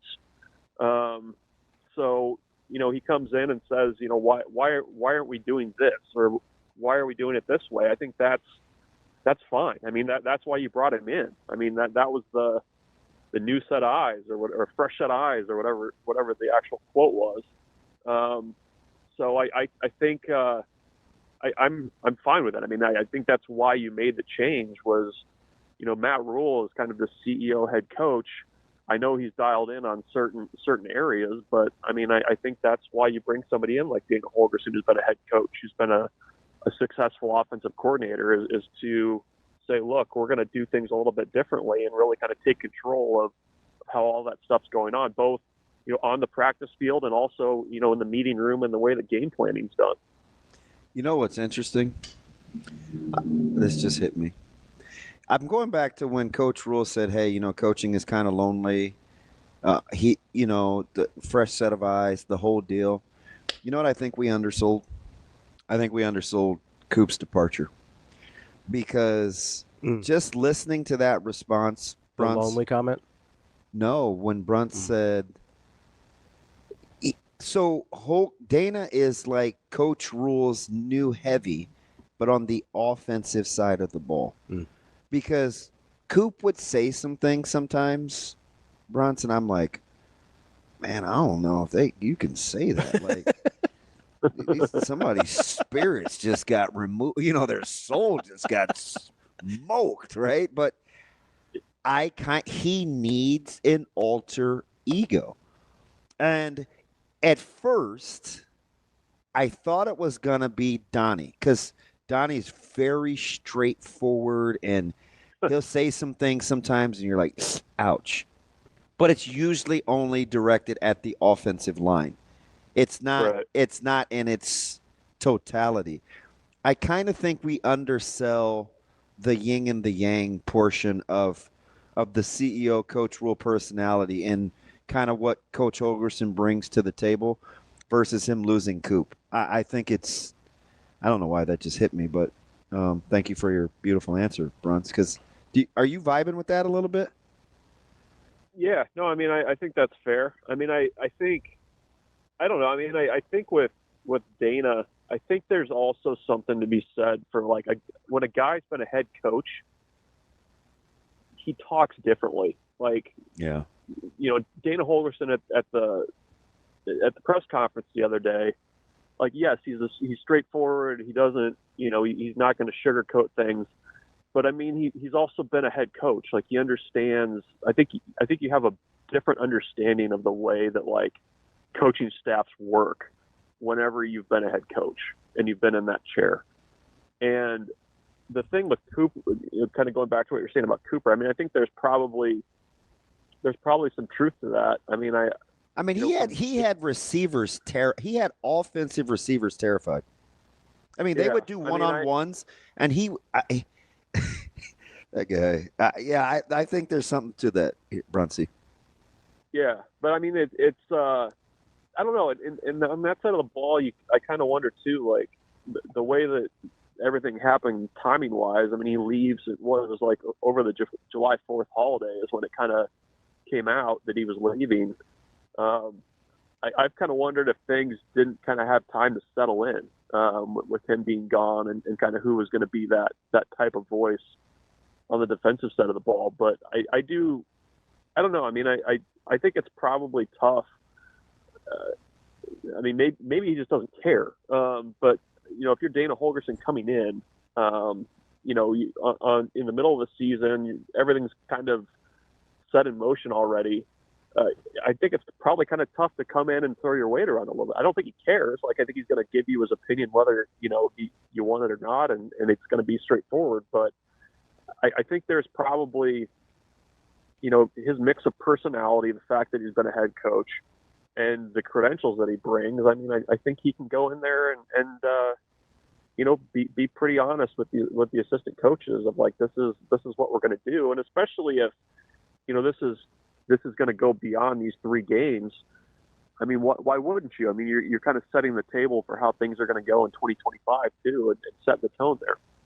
We're talking with Michael Bruntz, Husker 24/7. Bruntz, as we look at Wisconsin, obviously a program kind of dealing with some instability there themselves.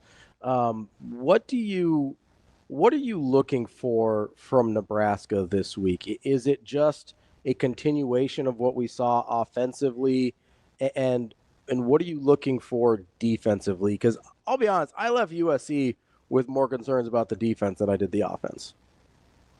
But they're this coming out of USC, you were more concerned about the defense. Yeah, I was personally. Yeah. So which side are you looking at kind of more critically going into Wisconsin? Yeah, I mean, my concern with Nebraska defensively is, do you have everybody kind of pulling in the same direction? I mean, are guys still up for this game? I think are guys willing to, because I think Nebraska is sometimes guilty of this on defense, where if you get hit on a couple big plays, you're kind of thinking of, it feels like it's being thought about later on. And I mean, Wisconsin does not have an offensive coordinator. They're apparently going by committee. So I don't know if that's, you draw straws, if it's like a bingo tumbler, if guys just take turns. I don't know what that means. Do you think it's like a 1, 2, 3 not it situation, like with like a random play, like if somebody's sitting up there, like is AI calling this game? Bingo tumbler, like nose goes, like you did in school, like who has to put away the dishes? Bruntz, like nose goes. Where does one purchase a bingo tumbler? You can get them on Amazon.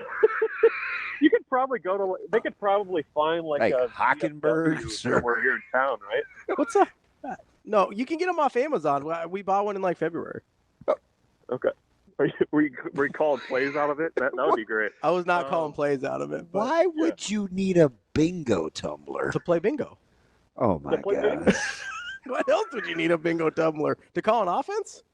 What are you, 60? Who's playing bingo? My parents are older. Okay. Old people. Fine. I don't know, man. I almost walked out just now. I had to catch myself. Over bingo? I had to catch myself. Of all the out-of-pocket stuff I've said to you, you're gonna walk out over bingo? Well, at least it was for your parents. Like you're just sitting around on a Thursday night during NFL, like, hey, Natasha, let's invite some of the crew over. Let's play some bingo. Bingo. Fudge.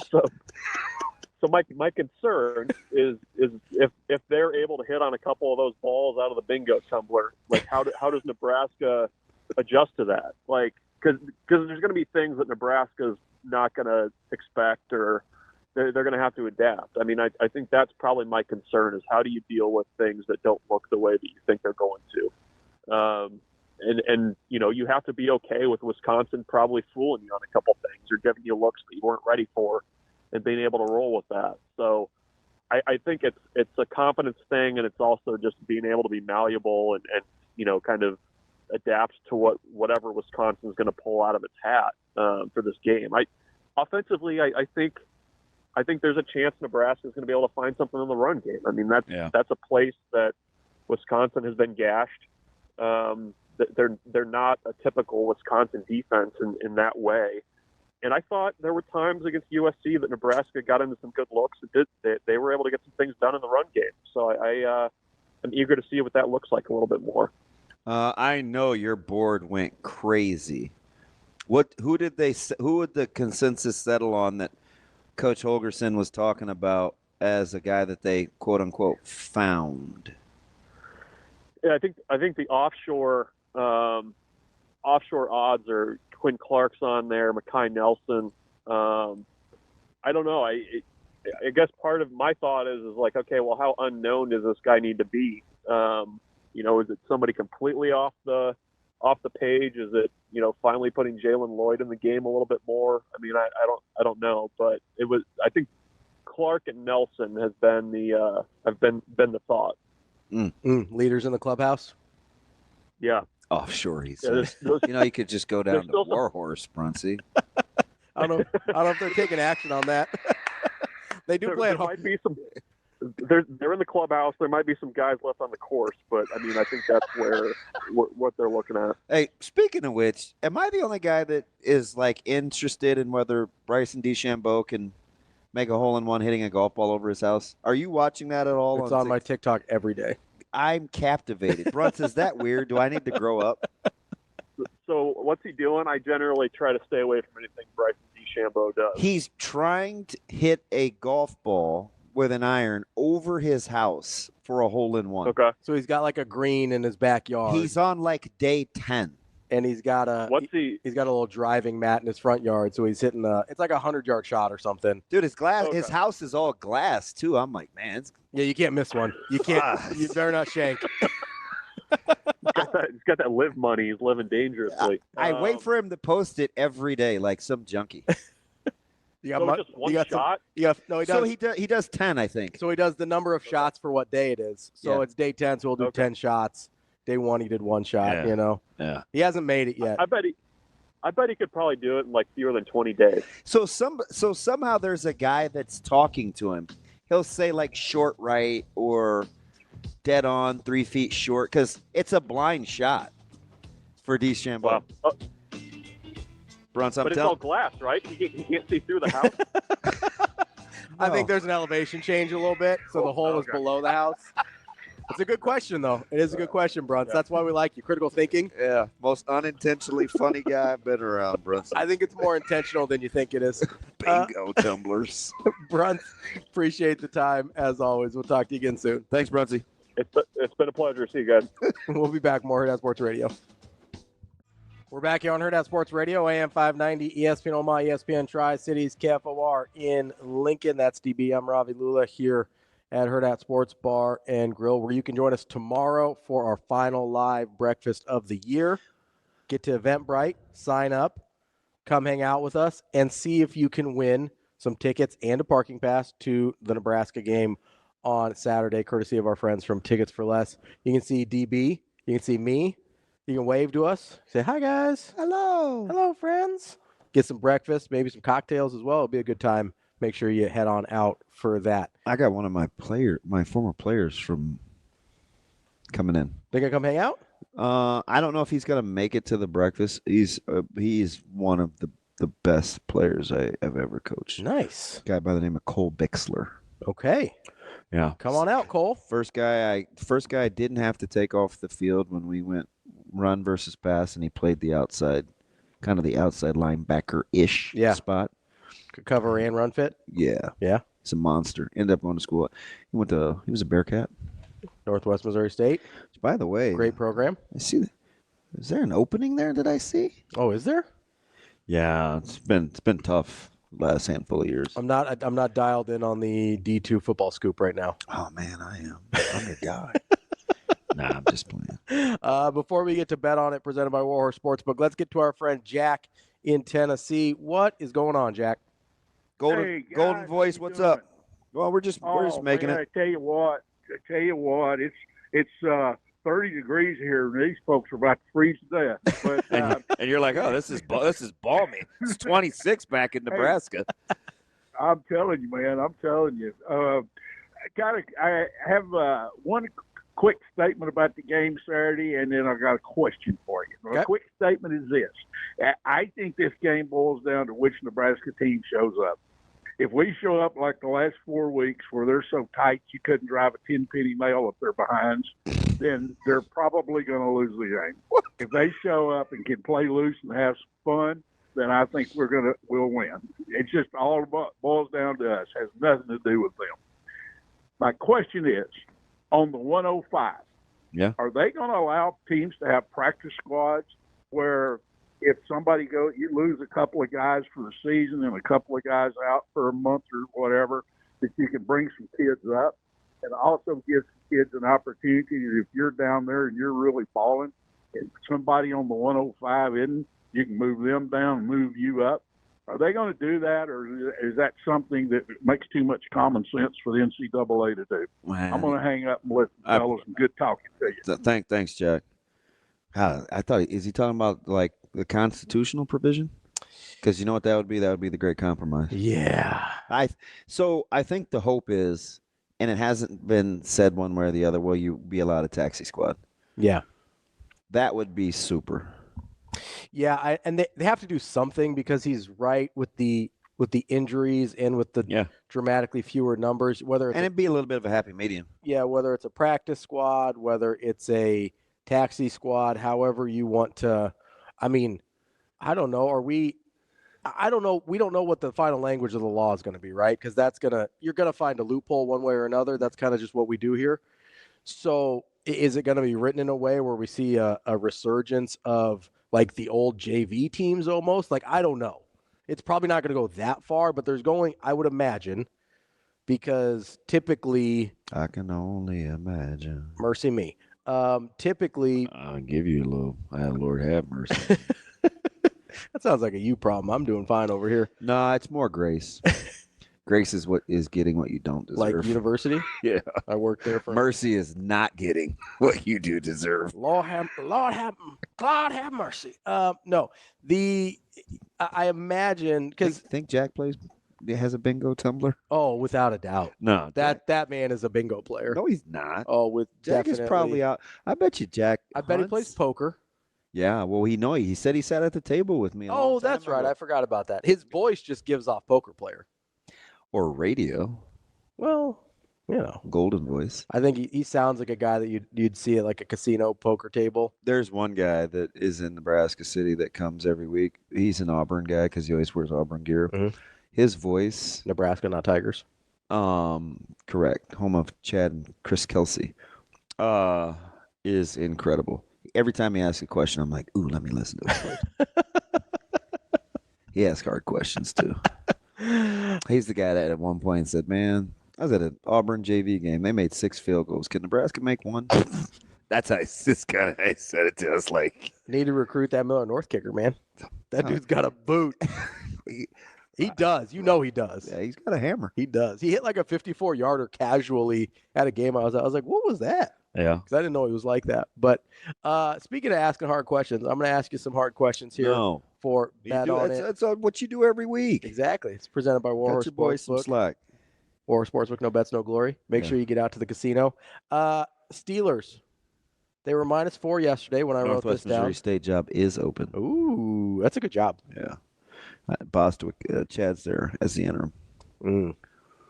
Another Bostwick. Your Steelers, -4 yesterday. It's bounced between 3.5 and 4 today. Yeah, I lock it up. Lock it up? It's Steelers? lock of the day. No, Browns. Because the line's too stinky. No, I'm interested in giving winners again. That's what I do. I give nothing but winners. You gave Bama and Ohio yesterday. Yeah. I like when people send me screenshots of them making their little money. Yeah. Goodwill, I didn't do it. You say, hey, guy, finder's fee, pay a little commission here? No. No? No, I want everybody. Man, come on, man. This is a stinky piece of cheese. I want everybody to do well. Wait, so now you're the stinky piece of cheese? I want everybody to do well. Yeah. Steelers -3.5. Your Browns all day. That is lock of the day. That's a stinky, stinky line. Yeah. So the Steelers are 0-7 as underdogs on Thursday nights, number 1. And they're 2-8. They're not underdogs. Or as road favorites on Thursday night. Gotcha. Okay. And they're 2-8 overall. They're not winning. Not winning the game or not covering? Or either? They're not covering. See, this is one of those. They're not. I know you're going to. This is one of those. Risk analysis. Along came Polly. Because the Browns suck. Yeah, they do. They're so bad. They're horrible. They're a very bad football team. And now Kevin Stefanski is now on the board as a coach that could lose his job. Because he had to address it this week. It's incredible that Stefanski is there. Well, I mean, you're 2-8. It's hard not to be there. I know there's other circumstances. I do. I'm fully prepared. And Coach Limongi's a Cleveland guy, so it's going to be on and crack. He was throwing passes in practice the other day. I was like, man, who you think you are, Brian Sipe? And he literally wanted to hum a 90-mile-an-hour right at me.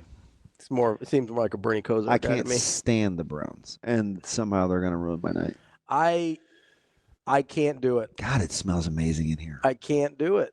I can't go. I can't. Don't do it. I can't do the Browns. Don't do it. I'm taking the Steelers. Listen, I'd love to be wrong. Stinky line or free money? I'm betting on free money. All right. That's what I'm doing tonight. Along came Polly. Also got Georgia Tech and NC State tonight in college. Georgia Tech is an 8.5-point favorite. I'm going to make sure that hasn't changed since I wrote that down. But I think you don't bet that dog. Can I pet that dog? Not if that dog is NC State. I'm not trying to pet that dog. I think I like Georgia Tech here minus the 8.5. They're at home. I think I like Georgia Tech. I don't think it's just because I like the uniforms, although I do.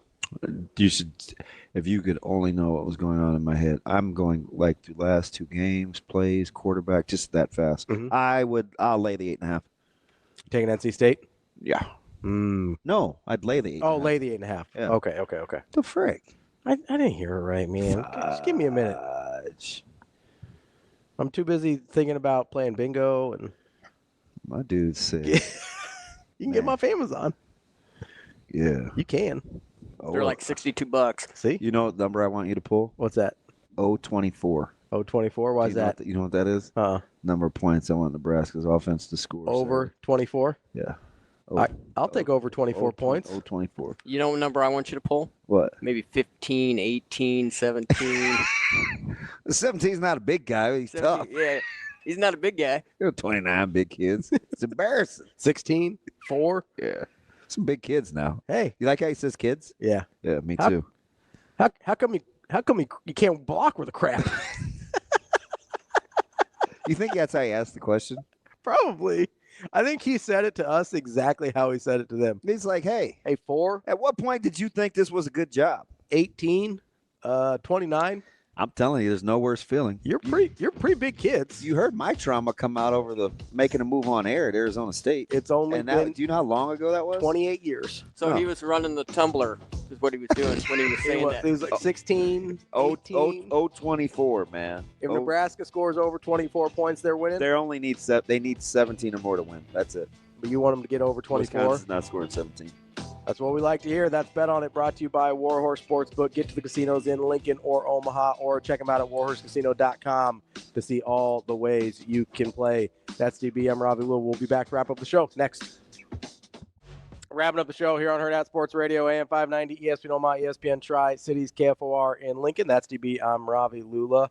And I want to remind you about our friends over at Game Day Men's Health. It's not just about testosterone replacement therapy, which, of course, they do that as well. But there's a lot of things as you get older that maybe you're not feeling as great. One of those things can be recovery from injuries. I know I do not bounce back the way I used to, DB. Are you talking to me? I am talking to you.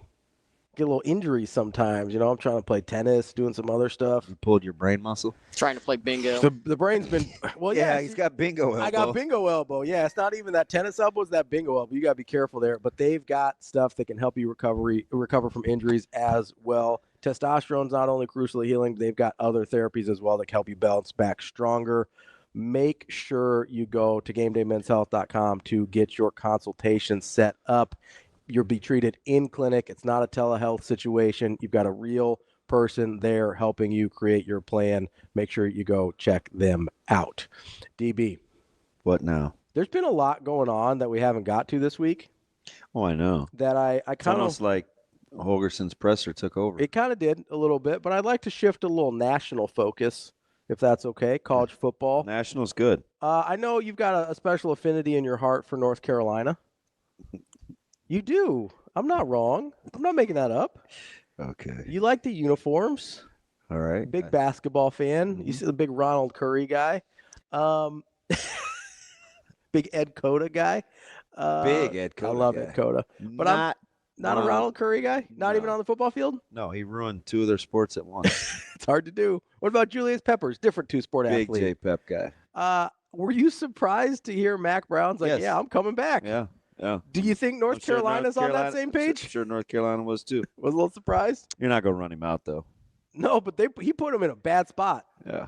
That's a difficult place to be. I was very, very, very surprised. He's 73 years old. Yes, he is. He does not look like a spry 73 like Pete Carroll does. Yeah, that wasn't the most flattering of pictures. No, they it was tweeted not. out, too. That they were trying to make him look old there. Man, I was like, "Aw, don't do that to Mac." Yeah, I got a buddy. He's a diehard Steelers fan too. He loves Mac Brown. Really? Yes. Why?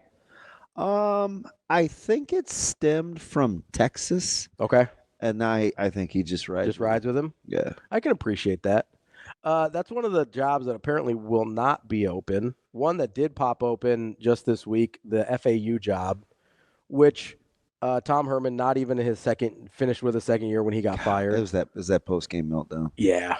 And it wasn't going well, obviously, but the meltdown certainly didn't help. And now Ray Lewis is being tied to that job. I don't know if he'll end up actually getting it or not. So is Frost. Yeah, which Frost makes sense.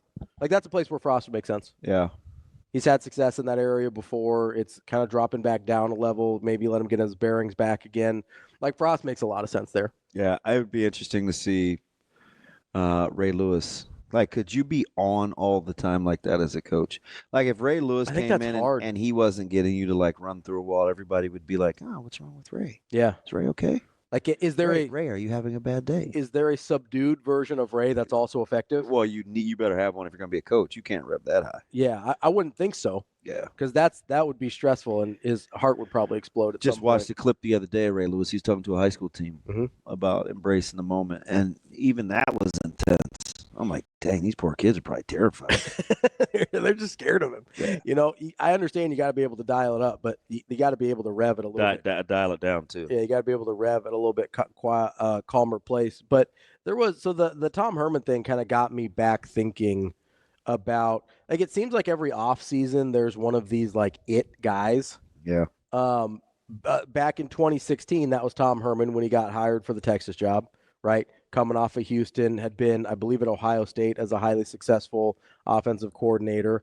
That obviously didn't work out, although he was better at Texas than people remember. He wasn't terrible. He wasn't as good as Sarkisian's been, but he wasn't terrible. Then Sark hadn't been as good as Sarkisian's. No, until last year, right? Until last year, right? Yeah. They were not great. 2017, Scott Frost was that guy. He was that it guy coming off of the Central Florida run. 2018, I feel like it was Manny Diaz when he got that Miami job. Yeah. He was kind of the hot it guy. Yeah. There's one of these guys every year.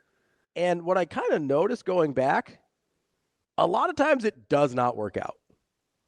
Like, pretty frequently. So this is, I'm going to let you land the plane here in a second. How bad do you want confirmation on Chadwell? What you mean, that he's a good coach? As the hot guy that. Is he even the hot guy anymore? It doesn't appear to be. You know what I mean? Like, he's cooled pretty, like 2 years ago at the Coastal Carolina thing. Like, it felt like he was the hot guy, but he never really got to the level where it was like, this is an inevitability. And I don't know if it's his offense or, he didn't get to Thanos level, right? I don't know if it was his offense. I don't know if it was the place he was doing it. But most of these guys, it felt like they were at a place where it was inevitable that they were going to get a Power 5 job that year. It just depended on where, right? Frost, it was either going to be UCLA or Florida or Nebraska, right? Tom Herman seemed like Texas was the foregone conclusion, but he was going to go somewhere. Manny Diaz was going to go somewhere. And where's Manny now? Duke? Yeah, he's at Duke now. Yeah. Mike Norvell the next year, 2019, coming out of Memphis. He was going to go somewhere. It ended up being Florida State.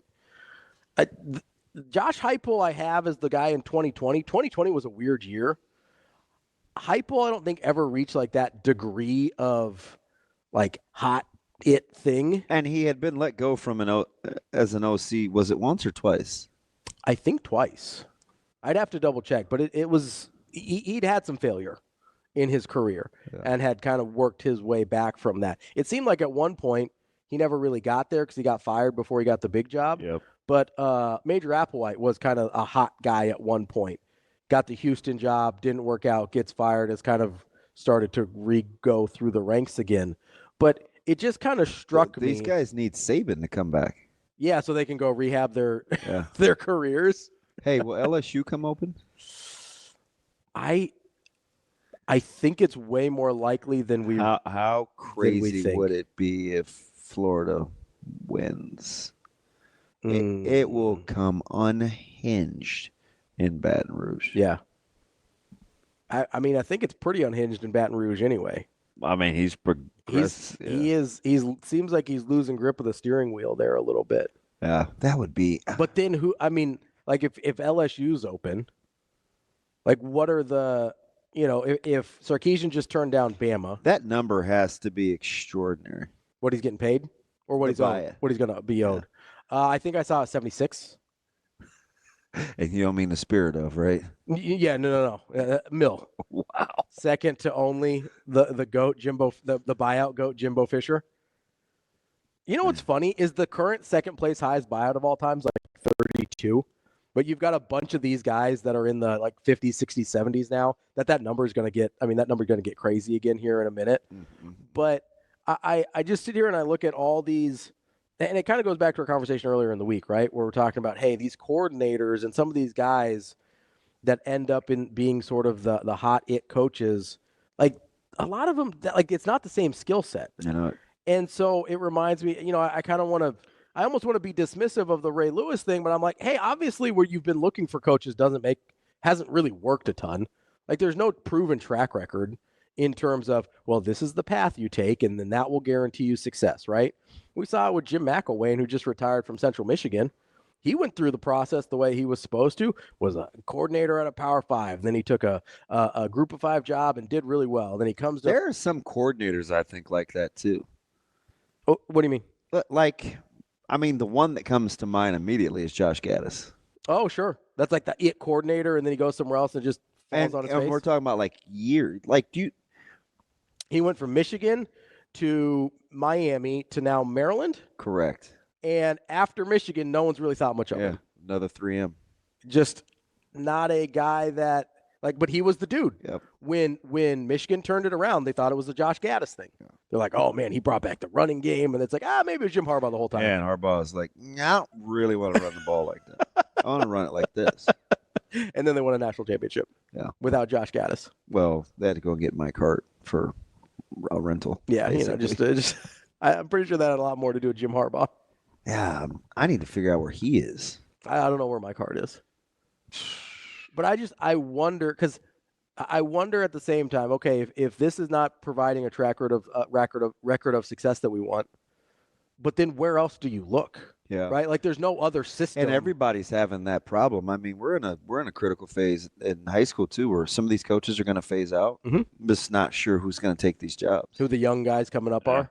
Yeah. Well, especially high schools are hard jobs. Oh, I'm sure some of these ADs are thinking about it. I mean, you better be. You better be thinking about it. It's like, oh God, we hire these guys that aren't in the buildings, and you've seen some of that now. But I think coaching it's at every level. It's weird. I mean, we just talked about Bostwick being the interim at Northwest Missouri State. It's every level. It's weird at high school because there's a part of me that's like, maybe it is easier. Like if I was still a high school coach in high school, I'd probably want to be in the building so I can be connected to the guys, right? 100%. Especially if I was the head easier coach, way to go, right? Yeah. But there's also a part of me that goes, hey, teaching's a pretty stressful job too. Maybe I'd like to have a less stressful job as my day job. You know what I mean? Yeah. And it's interesting too, because a lot of these coaches that come in for interviews and stuff, it's all about, well, what am I going to do in the building? That stuff matters now. Oh, 100%. It really does. But I weigh, okay, coaching high school or coaching at any level, stressful job, right? Teaching, stressful job. You want to limit your stress? Do I want to stack those? I get some people are built differently than I am, and that's more power to them. I couldn't even hack the teaching part for sure.